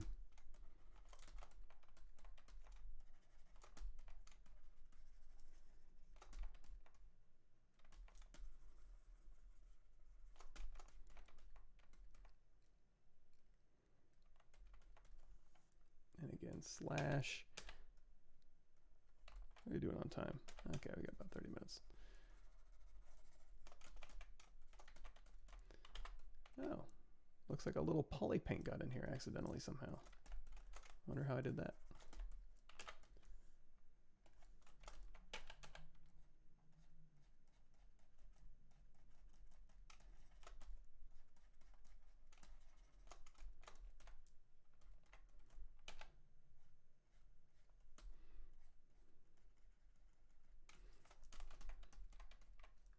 And you know what? Let's go in here to the move brush and we'll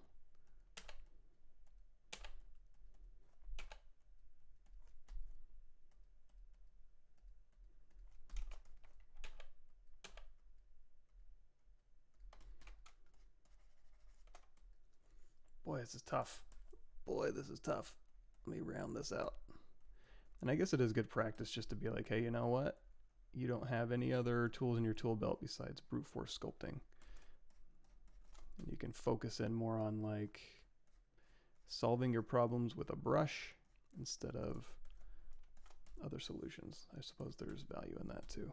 If you're ever caught between a rock and a hard place, even in big ZBrush, brute forcing your way out of it isn't always the wrong answer. Get me back to my roots, my Dynamesh and clay brush roots.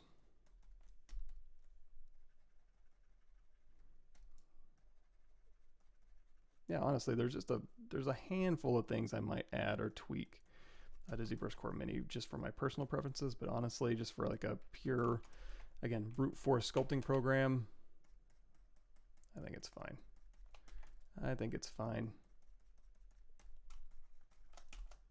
Again, I'm probably not the most qualified to even be using this program because I don't use it ever. But you know what? It's kind of fun. Kind of fun to go in here and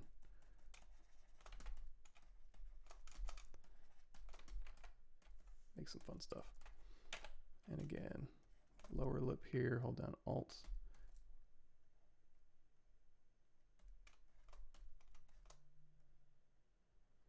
There's slash brush here.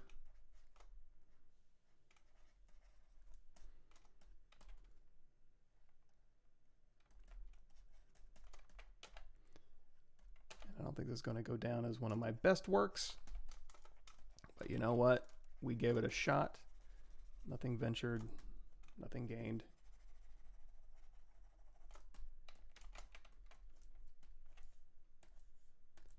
Slash 3 brush.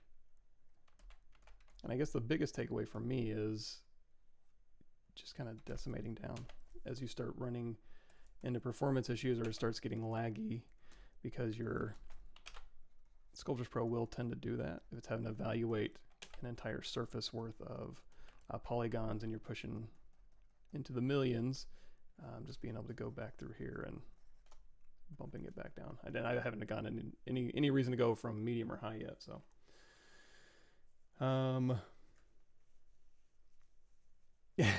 Yeah, usually I'll keep perspective off, and unless I forget.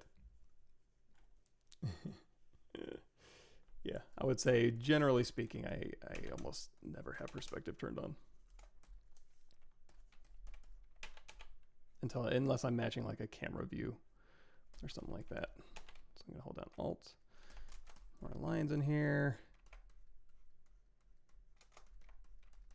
Let's go ahead and finish this out. You don't know that he's actually wearing, you know, I guess he is. Oh my God. He's got some sort of weird, okay, let's do that. So we'll go ahead and keep that line because it is kind of just where that line would end up anyways. But really this is all skin, and then down here is where he has like his actual shirt is. So you can go through here. We'll kind of indicate where that shirt is. And then above this, let's hold down Alt and we'll kind of, we're getting, yeah, that's fine. So here is where his actual shirt is. And then just above that is all this. So let's go in here. Let's inflate.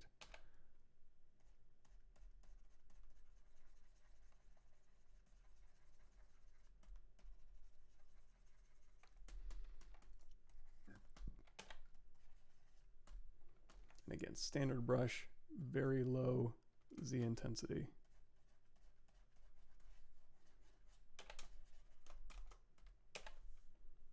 And bump back up.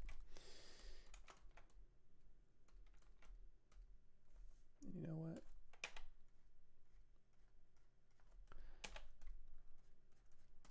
I think I am getting a little bit more feather touch with my clay buildup. And he does have like he has some surprisingly sharp features for a heavier bib Fortuna, at least in this reference, but I'm gonna kind of soften him out just a little bit more. It looks a little bit distracting.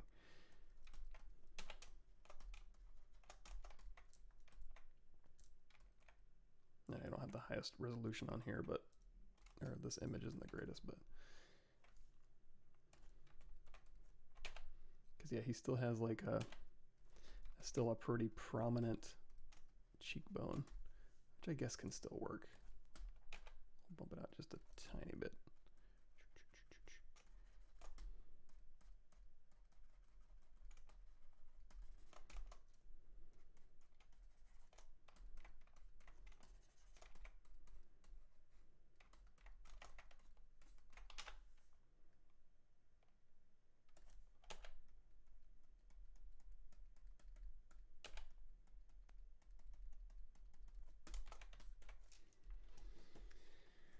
Let's see. Any Unreal tutorials? You know, I just have one. Do I? Where is it? Let's see, Unreal. It's an oldie. It's loading the free Paragon assets on UE4. You can check that out. I don't know how useful it'll be now, but yeah, or UW. Oh, Michael, will you have time during the stream to show the Radial Symmetry mirror solution you suggested? Oh, yeah, we can hop out and I can give that a shot. I think, if I remember what it is, Radial Symmetry, you can, essentially all it is just having, it's kind of the Dynamesh plane solution where you put a Dynamesh plane where you want your object, and then you can sculpt in Radial Symmetry using Dynamesh. That's all it is. It's nothing fancy. So be prepared to be not impressed. Cool, thanks everybody. Do I have my own school? No, I teach at CG Master Academy a little bit every term, but no school. Pay not to have insert primitive brush. Yeah, I think, and you know what, on my next stream, on my channel, I'll probably hop into ZBrush real quick to talk about that Dynamesh plane solution, but for my next stream, I'll go into ZBrush Core. Has a lot more features in it, but still pretty cheap. Like I said, I think you can. I think I've seen it for free on like some tablets you can buy, and it's not a very expensive program. So if you want to get some ZBrush functionality, but not go full ZBrush just yet, there's ZBrush Core, and we'll hit that up in my next stream, I think. So we'll go back in here to clay buildup.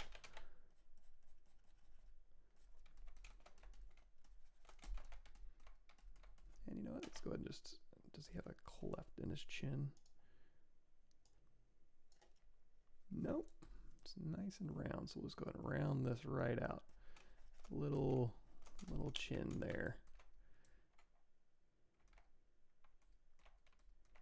Trying to think, and if I can't get my teeth in there, so I can't give him those nice chiseled teeth that he has, unfortunately. But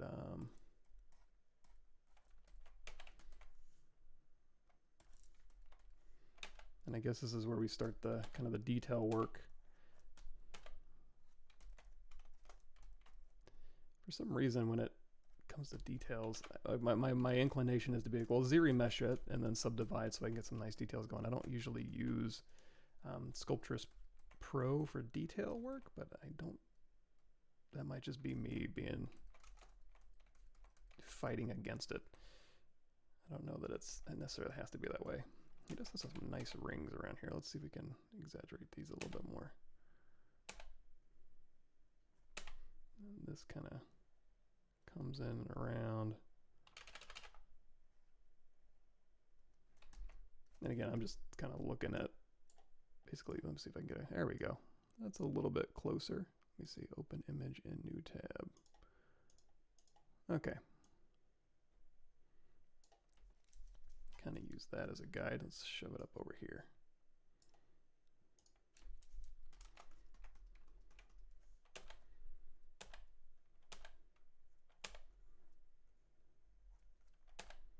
Kind of slash brush in.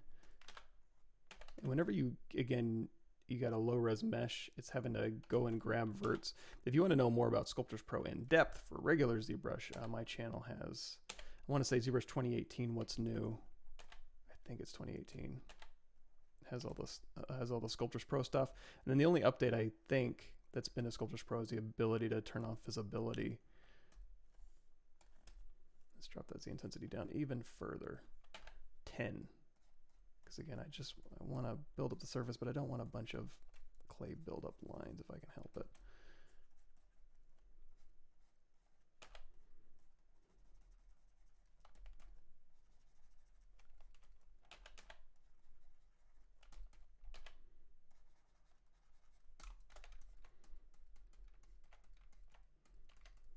Yeah, he actually has. You know what? I'm going to lean into it.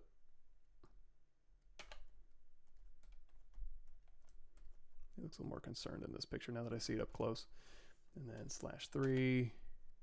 So this kind of pulls down at his lower mouth here. And he actually, this whole thing kind of connects.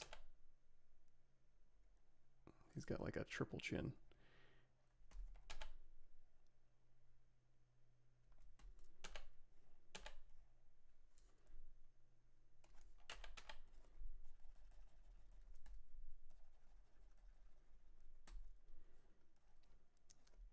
But of course, when I do my thumbnail for my social media and stuff, I'll probably take this into regular ZBrush and spice it up a little bit real quick. You know what? And I guess we can do that. I guess that'll be for the crowd that uses ZBrush Core Mini and then hops into regular ZBrush, which is probably a crowd of 0 people.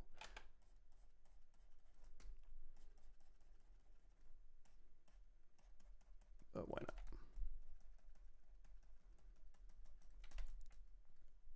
All right, I think we've had enough fun in ZBrush Core Mini for today. Let's go ahead and, you know what, it's just those damn cheekbones. They're just so, that's what the character is these kind of, yeah, he's chubby now, but he still has cheekbones, man. He's actually kind of lean up here.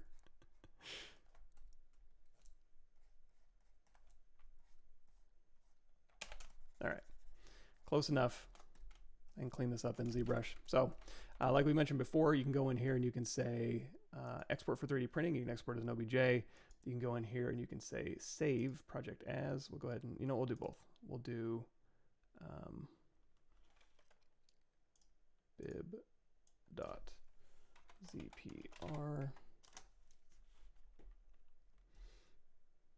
And again, if I wanted to save this as a, let's turn on perspective here and put this on social media, and other people could download the file if they wanted it, I can go in here to save as project, and we'll say bib.gif or GIF if you're a weirdo. And we can replace that, and then you can post that image here. And then they can just download it. Okay, so we've got that. Let's go ahead and hop into regular ZBrush. So ZBrush Core Mini. Oh, and you know what? We could do this too. We could say, if you guys missed it from the first section here, if we wanted to 3D print this out, let's go ahead and say scale to fit. And then if we can see this a little bit better. Oh, wait. We want to open a file. Bib. There we go.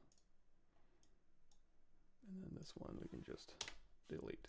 Hey, look at that. We got our guy in here, and we'll rotate him around, and we'll hollow him out 2 millimeters.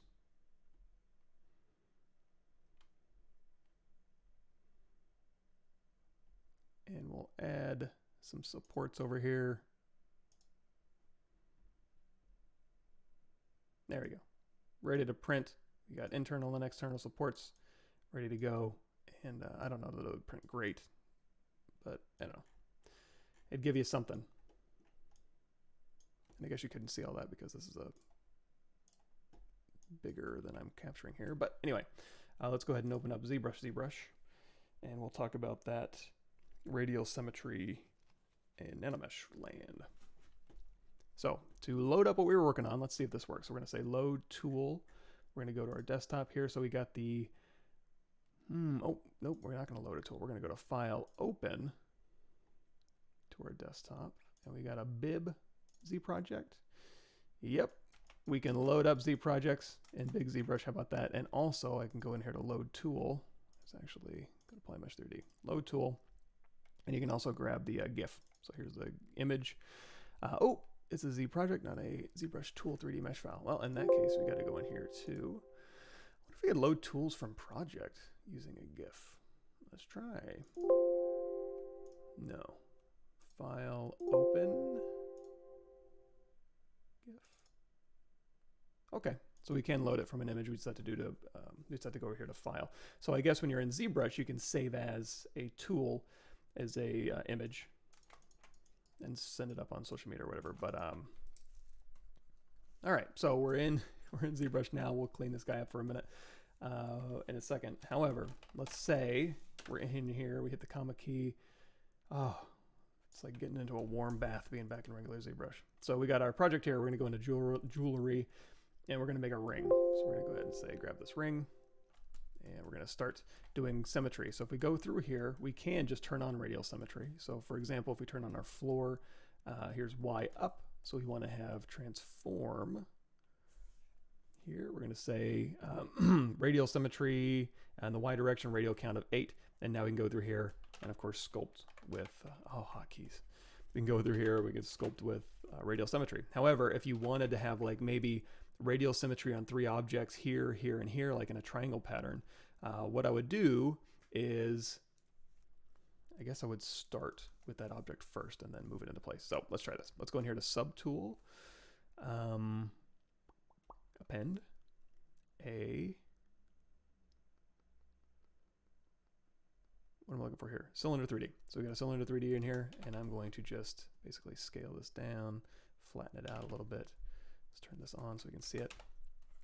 So now I can sculpt with radial symmetry on here. If I want this to be a smoother object, I can go through here and I can say, okay, turn off blur. Let's go ahead and crank up our resolution. Well, first what I'm going to do is go ahead and say geometry crease and then turn on dynamic to get a nice smooth surface. You can hit D or Shift D to turn that on and off. And again, that's over here underneath geometry, dynamic subdivision here. So we've creased our edges just by going in here to crease, tolerance 45. So now we get, again, that nice, instead of faceted, we get a smooth result. And then I can just convert this to a Dynamesh. So we go here to geometry, Dynamesh. We can say turn off blur, crank up the resolution, hit Dynamesh. Oops, first go up here to dynamic apply. So it's real geometry. And then Dynamesh down here.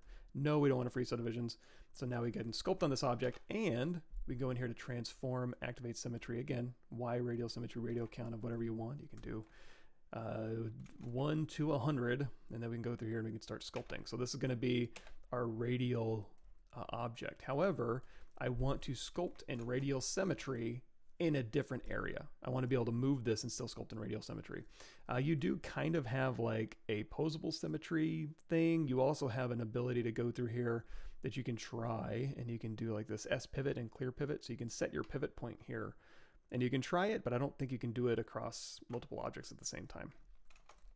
However, one thing you can do really easily is you can go in here to Ray Mesh, and you can literally just say, okay, I'm going to turn on LSym, so as I move this up, I can still sculpt in symmetry on this one, and then I can turn on Array Mesh, it's lock position, lock size, turn on transpose, hit Y to go into transpose, and now I can go through here, I can set the pivot if I wanted to like mirror this down here, so I can say reset, mirror across the,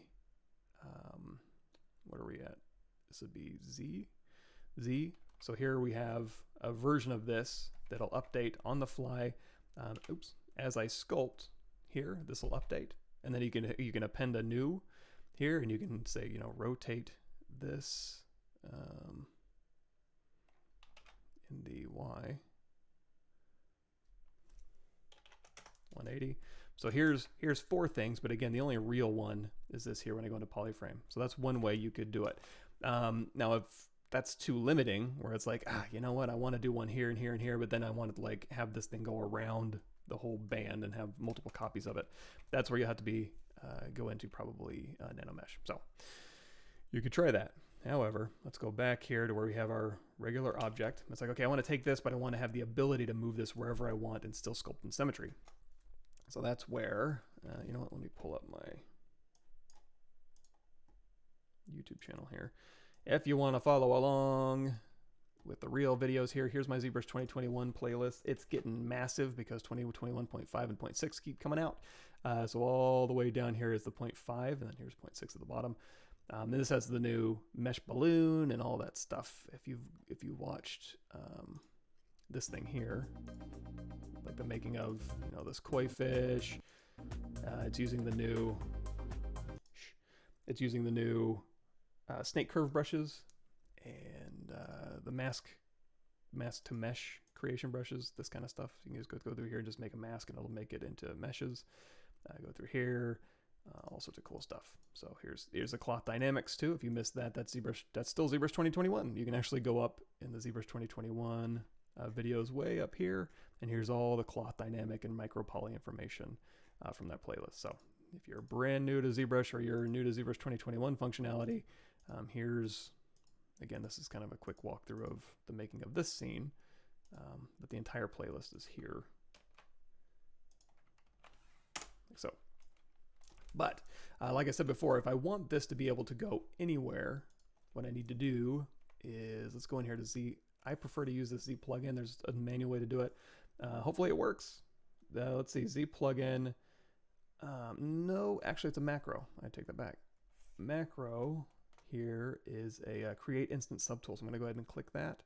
And that's going to, it's going to say, okay, move this around wherever you want to. And if I look at it, you're going to see, oh, it's just an object. However, if I go in here to Dynamesh, you're going to see, if I turn on show placement, it's just really just a plane. There's no geometry there.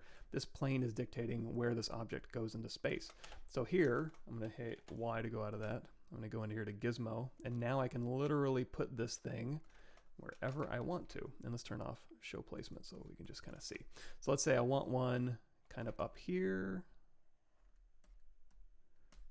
and I want one over here, and then over here, and then I want another one over here. And you could actually use, if you wanted to, I guess you could use an insert mesh with a plane and just kind of put these wherever you want. We'll have this kind of snake around, and you can also have it be getting bigger or smaller here. So you're going to see all the Dynamesh properties. And again, you can do it all manually, but all the Dynamesh properties are set up to where it should be the exact properties you need, you know, all the fit and what is it called? Yeah, fits turned on, size is set to 1, all that stuff's already done for you, so you don't have to do it. But again, like I said before in that playlist I sent you, you can do it manually as well. I'll walk you through that. So anyway, we have this, and now it's like, okay, great, but I want to sculpt in Radial Symmetry still. Well, that's when you can go in here to edit mesh, and now you can sculpt in Radial Symmetry. So I'm going to turn on X to go in X symmetry, transform, activate symmetry in the Y, Radial 8. Oh, nope, I forgot. We flipped it around. So this is actually Z forward. So we're going to say transform in the Z now. So now we have sculptable Radial Symmetry here, and you're going to see it's updating on the fly over here. So you can still sculpt in Radial Symmetry, and in fact everything that normally applies to ZBrush, if you want to go in here to like BSH for your snake hook brush, turn on Sculptors Pro and just go nuts with whatever you want, you're going to see it's going to update on the fly. BS brush spiral somewhere in here, slide, okay, do I know the alphabet? Elemento, is it, oh there it is, geez, spiral. You can go through here and you can hold down Alt and let go of Alt. So you can twist this one around and twist this one around here. But again, you're still sculpting in Radial Symmetry. I can go out of Edit Mesh, and then you're back to these nano mesh planes, and then you can go back into Edit Mesh. You're still in Radial Symmetry. And even in here, we can go through here and we can pop in, you know, you do have access to insert mesh brushes, all that good stuff. We're not in ZBrush Core Mini anymore. Everybody breathe a sigh of relief. You can go through here and you can use all the tools you're used to. Go in here with your clay brush, clay buildup, whatever you want to use. And trim dynamic we have now. Yay, let's turn off Sculptors Pro. We can do that. Oh, isn't it amazing? And then you can go through here and, again, sculpt what you want while working in Radial Symmetry and anywhere on your object. Again, like I mentioned before, it's not going to be anything mind-bending. It's just basic functionality, but that's a way around it.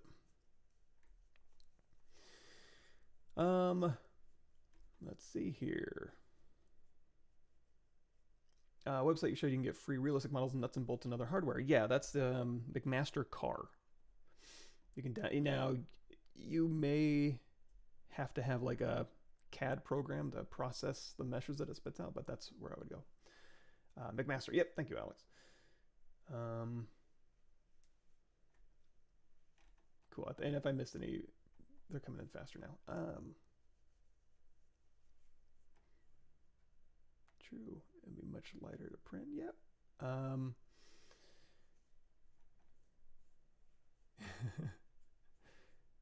Blender can use. Damn. Well, let me see. Let me put this right in front of my mouth. Is that better? I don't know why my sound would be down. Let me check my OBS here. Did I accidentally touch something? No, it's fully... Oh, let's do this. Mic. Properties. Let's add a filter to it.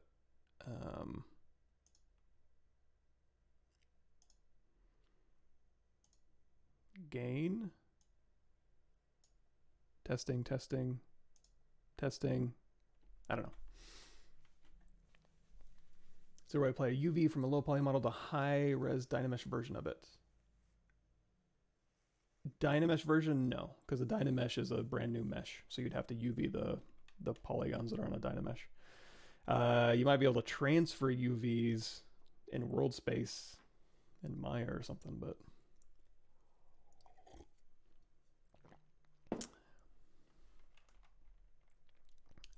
something much simpler. Upload a photo of you, exactly where this works and where it doesn't. Cool. Be Substance Painter again. Gosh, if I can ever get anything to Substance Painter, I'd have to actually make something to put it in there, which is rare. Cool.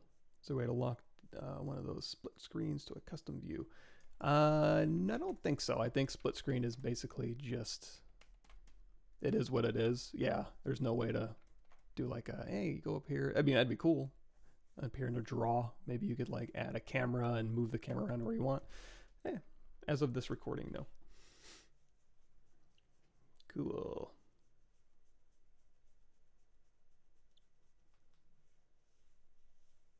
Huh. Cool. All right. Yeah, sorry about the sound, everybody.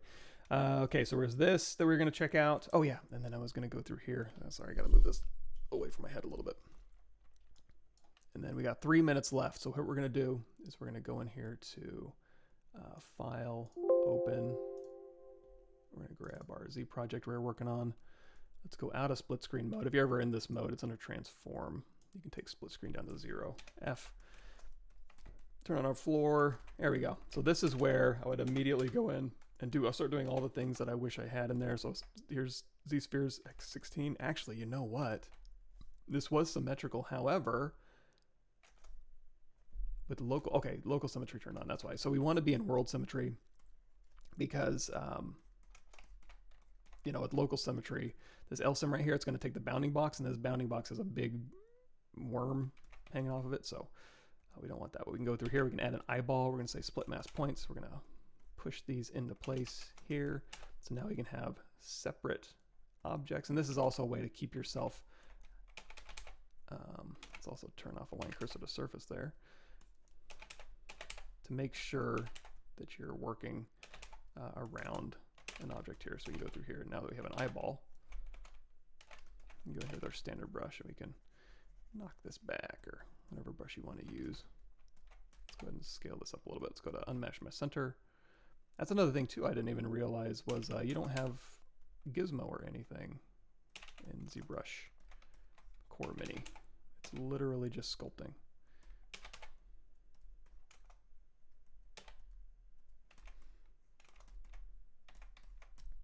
Interesting. And then I guess what I would also do is hit W, just because I like working on separate objects until I want to not do that. So I'm going to hit W and hold down Control and drag, and I'm going to see if I can't drag up this here. So I'm going to make it its own polygroup, hit Control W, Control Shift Tap. You know what, we can use visibility too. Hold down Control Shift, select lasso, Control Shift Alt here.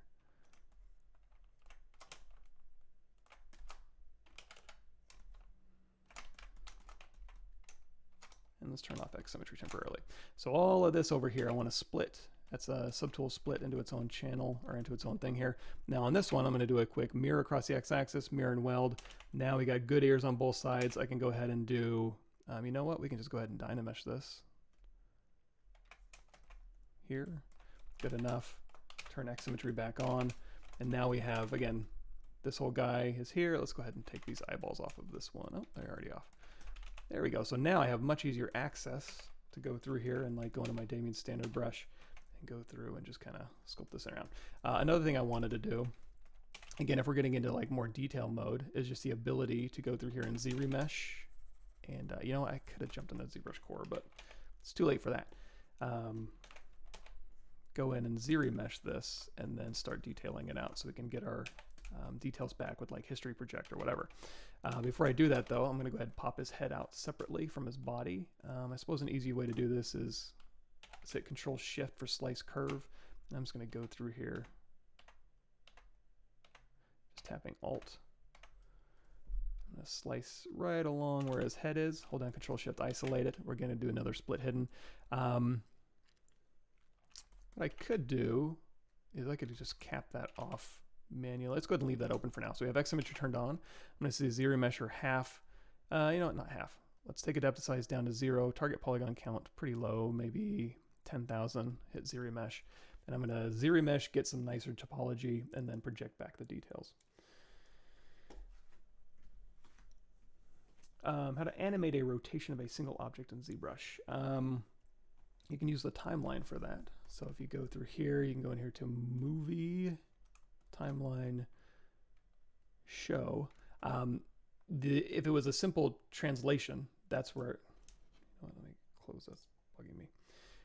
If it was a simple, like moving from one object to another, like if you just wanted to, you know, do a mech component and just move something straight up and straight down, you can just use layers for that, because that's just a simple one vert position to another vert position.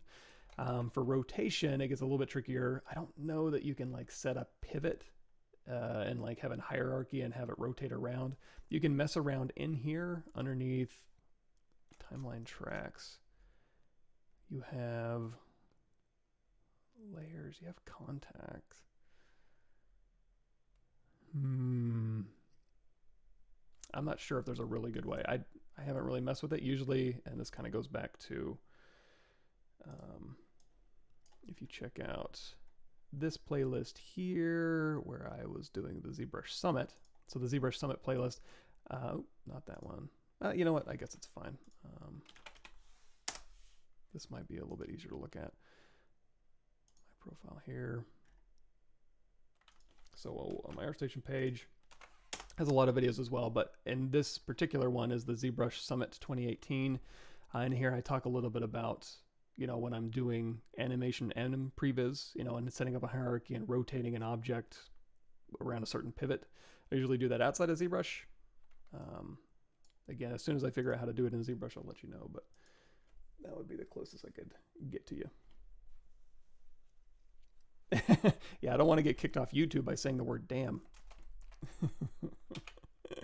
Let's see, zero measure half, you know what, and I can just keep knocking this down. This is actually fine, but if you want to keep going down here in half, and in fact, if you want to have a little bit more control, over your mesh, we did do a live stream. So let's see, playlists, live streams, full playlist here.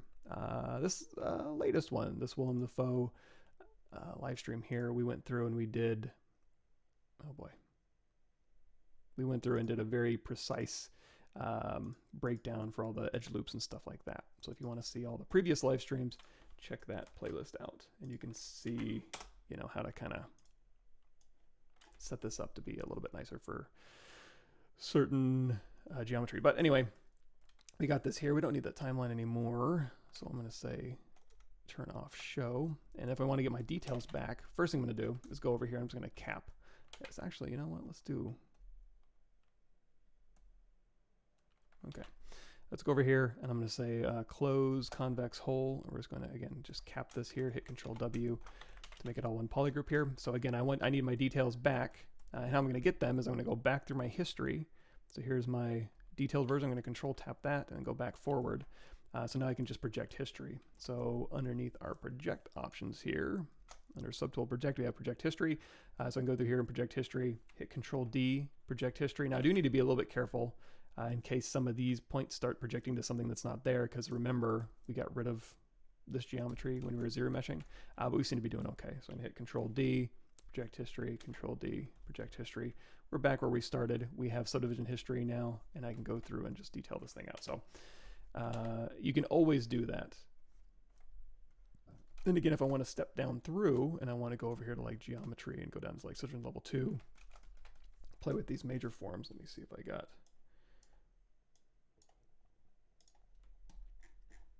Did I lose my reference here? Oh, no, there he is. Oop. You know what? Let's do this. Control plus. Let's gotta see him a little bit better. Oh, that's another thing I can do now too. Oh, this is so great. So I'm gonna go through here. Let's go close holes. Let's go ahead and make this a Dynamesh. It can be pretty low res, I think. So now that I have access to a separate subtool, I can go through here and I can continue wrapping this around. In fact, yeah, let's just do this. Let's turn on Sculptors Pro with our snake hook brush, BSH, Sculptors Pro here, and then remask, sorry. So I'm gonna go through here and now I can continue to wrap this around. So it looks like it goes, we have backface masking on? What's going on here?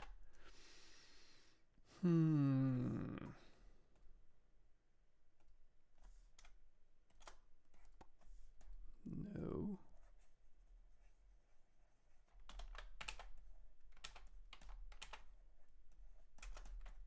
Huh. Let's try this. Save as desktop.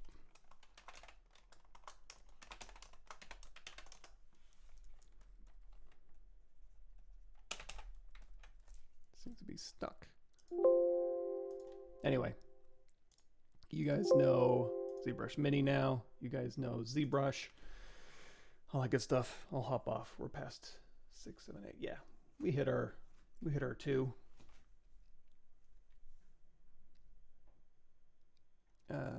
Yeah, I'm not sure what's going on with the YouTube sound. You want to create a turntable, you can use the movie option. Oh, yeah, if you're talking about just rotating an object, I didn't even think about that. Let's see.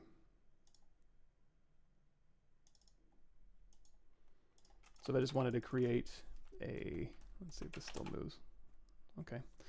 Yeah, I don't know what happened there. So we have this here. Let's go to geometry. So if I want to just create a turntable, that's where you can go in here to movie, timeline. Let's see, modifiers. So we want to spin frames is set at 180. We want to do overlay image. We're going to turn opacity down to 0. Title image, turn those down to 0. We want to spin 180 frames. We want to do, we want to capture the document, not the whole window. We want to do large just to capture the entire resolution. So now what I can do is I can say movie, and we'll hit turntable, and then I'll go ahead and record. Oh, I should have turned off the cursor too. It may not have captured it. Okay, so then we go in here to movie, and we can say play it. Oh yeah, my cursor's in there. So here's what we'll do. We'll say movie, delete that movie, and we're gonna say, sorry, it's been a while since I've been in here. Cursor size down to 0. So now when I do my turntable, it'll go ahead and do a turntable for us.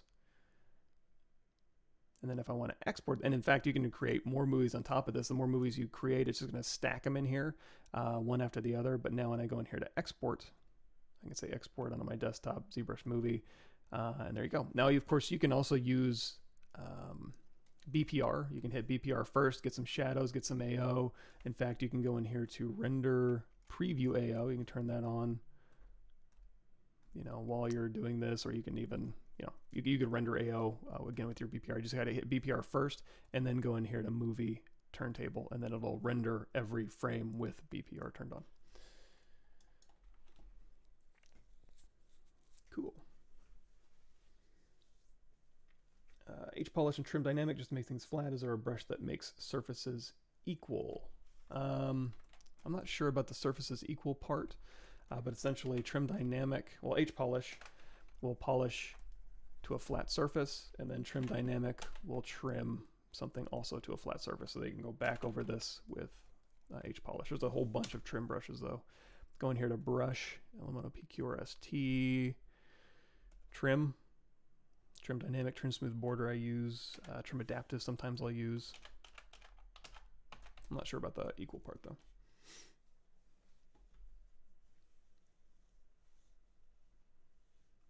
Item floating, want that item to spin. Yeah, that might be tougher. How do I export my mesh correctly from ZBrush so when I bring back the cloth, it's of the same size? So I would start with the right scale. Basically, playlist here, view full playlist. I got a ZBrush scene scale, how to import properly and maintain scale. So this will be, check that video out.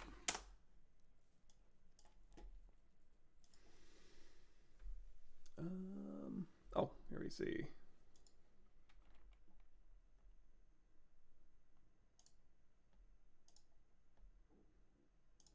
Radial symmetry.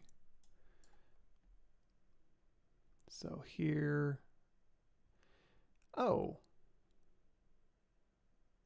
this should be able to be done with, let's go out of edit mode here. Let's switch, hit Control N, go into comma key, go into project, and I think there's some array meshes that are already set up like that. Oh, no, there would be under arrays here. So I'm going to grab this array mesh. Oops. Hey, you know what? This is kind of cool. So here's my array mesh, my radial symmetry array mesh. And I turn on polyframe. You see, this is the array mesh that I'm doing. So you could set up, I think, this is kind of silly. Let's go out of array mesh here. I'm going to grab just a new switch, cylinder here, edit, make polymesh 3D, geometry, edge loop, delete loops here. There we go. So here is our, or you know what? I guess it would have made more sense to do this. Let's just recreate this real quick. Initialize. We're going to do an inner radius here. We're going to do a make polymesh 3D, and then we'll delete the loops out here. Maybe drop the angle down. There we go. So now we have this shape here, and we want to make it a heart shape. So we're going to turn on X symmetry. kind of get that heart shape going. But then it's like, well, I want this to be rotated around in a circle. Well, that's where I would go into the array mesh here. And you don't even have to go in there. You can actually go down here to array mesh. You can say Lightbox array presets.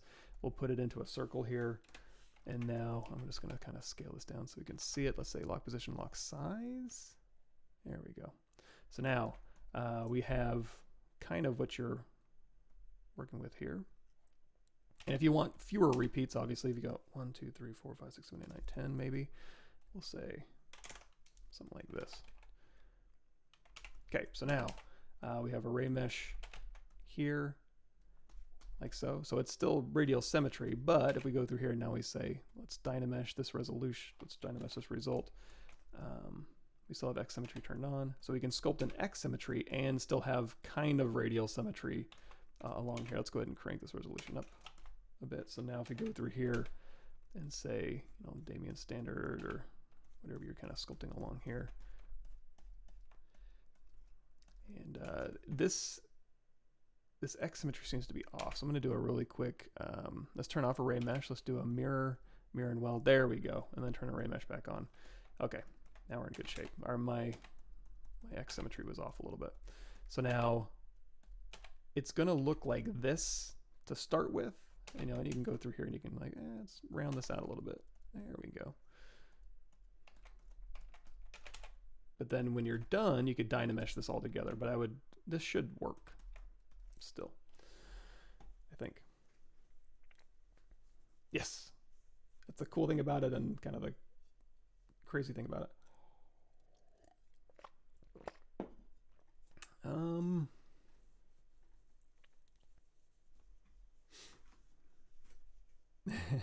Awesome, thanks everybody.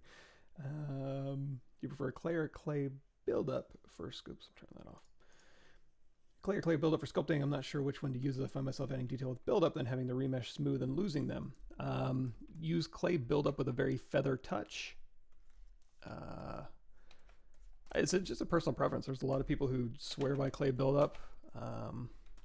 You can use clay brush. You can actually split the difference. Say clay, add a square alpha, you know, and that can kind of harden it up, kind of like the clay buildup, but give you more of a, you can also do like, you know, clay buildup here. See how it's kind of leaving those tracks behind. You know, so you use clay buildup. You can also go in here to stroke modifiers, crank up that roll distance to like 5, and that'll smooth it out. I think I saw that from Magdalena. So now you'll get a smoother stroke, you know, but you'd still probably want to drop that Z intensity down quite a bit. So, but like, you're right. If you find something and it's just kind of a pain and it's not, you're fighting the brush, or end up having to do a lot more cleanup, then yeah, maybe there's nothing wrong with a clay brush. I would say, which one do I use more? Probably clay brush, but honestly, that's just out of old habits, you know? So go through here and then grab the clay brush. And then again, I just dump that alpha out of there. As long as you're not getting too lumpy or anything like that, should be fine. Upload on your channel seems very useful in the future. Yes, so everything I do is dumped right into, give me a minute to upload it after I'm done. But if you go to my playlist section here, it'll be under the Big Blue Genie Livestream full episodes. It'll be in there at the top. Poly painting, smaller brush stroke. Stroke becomes dots. Any solution would be helpful. Subtool is high poly. I mean, that could be the same thing probably for this too. So if I have my lazy radius off and I'm sculpting through, see how it just kind of turns to kind of dots stroke. You may have to turn on like a lazy mouse just to kind of even your stroke out, or go slower, or it'd be under here. So stroke, tap L to turn on lazy mouse, and you can just have it on like lazy radius of 1, and that can sometimes smooth your stroke out. You can also change the lazy step lower so it's even smoother. You can even kind of maybe play around with a mouse average. You can crank that up, but probably lazy mouse and changing the lazy step down should fix that. Cool. Yeah, drop intensity, lighter touch, and then roll distance up if you want to get rid of the striations between. Can pressure sensitivity be changed in ZBrush? Yes. So underneath, you can change it globally or on a brush by brush basis. So here under tablet pressure, I think tablet pressure in one other place. So here's global settings if you want to use global settings, but in here you can change the size and the intensity for every brush here. Cool. Well, I'm way over, but thanks everybody for sitting through ZBrush Core Mini with me. Hopefully, you know, if it's interesting to you, check it out. It's free. All you need is a Pixologic account, download it for free, and play around with it. And then when you really want to graduate, we can go into ZBrush Core, which I'll probably do on my channel on Thursday. And then we'll hop back into ZBrush probably because I just got to get back into ZBrush. Cool. Awesome. Thanks, everybody. And like I said, give me a minute and I'll upload this on my channel too.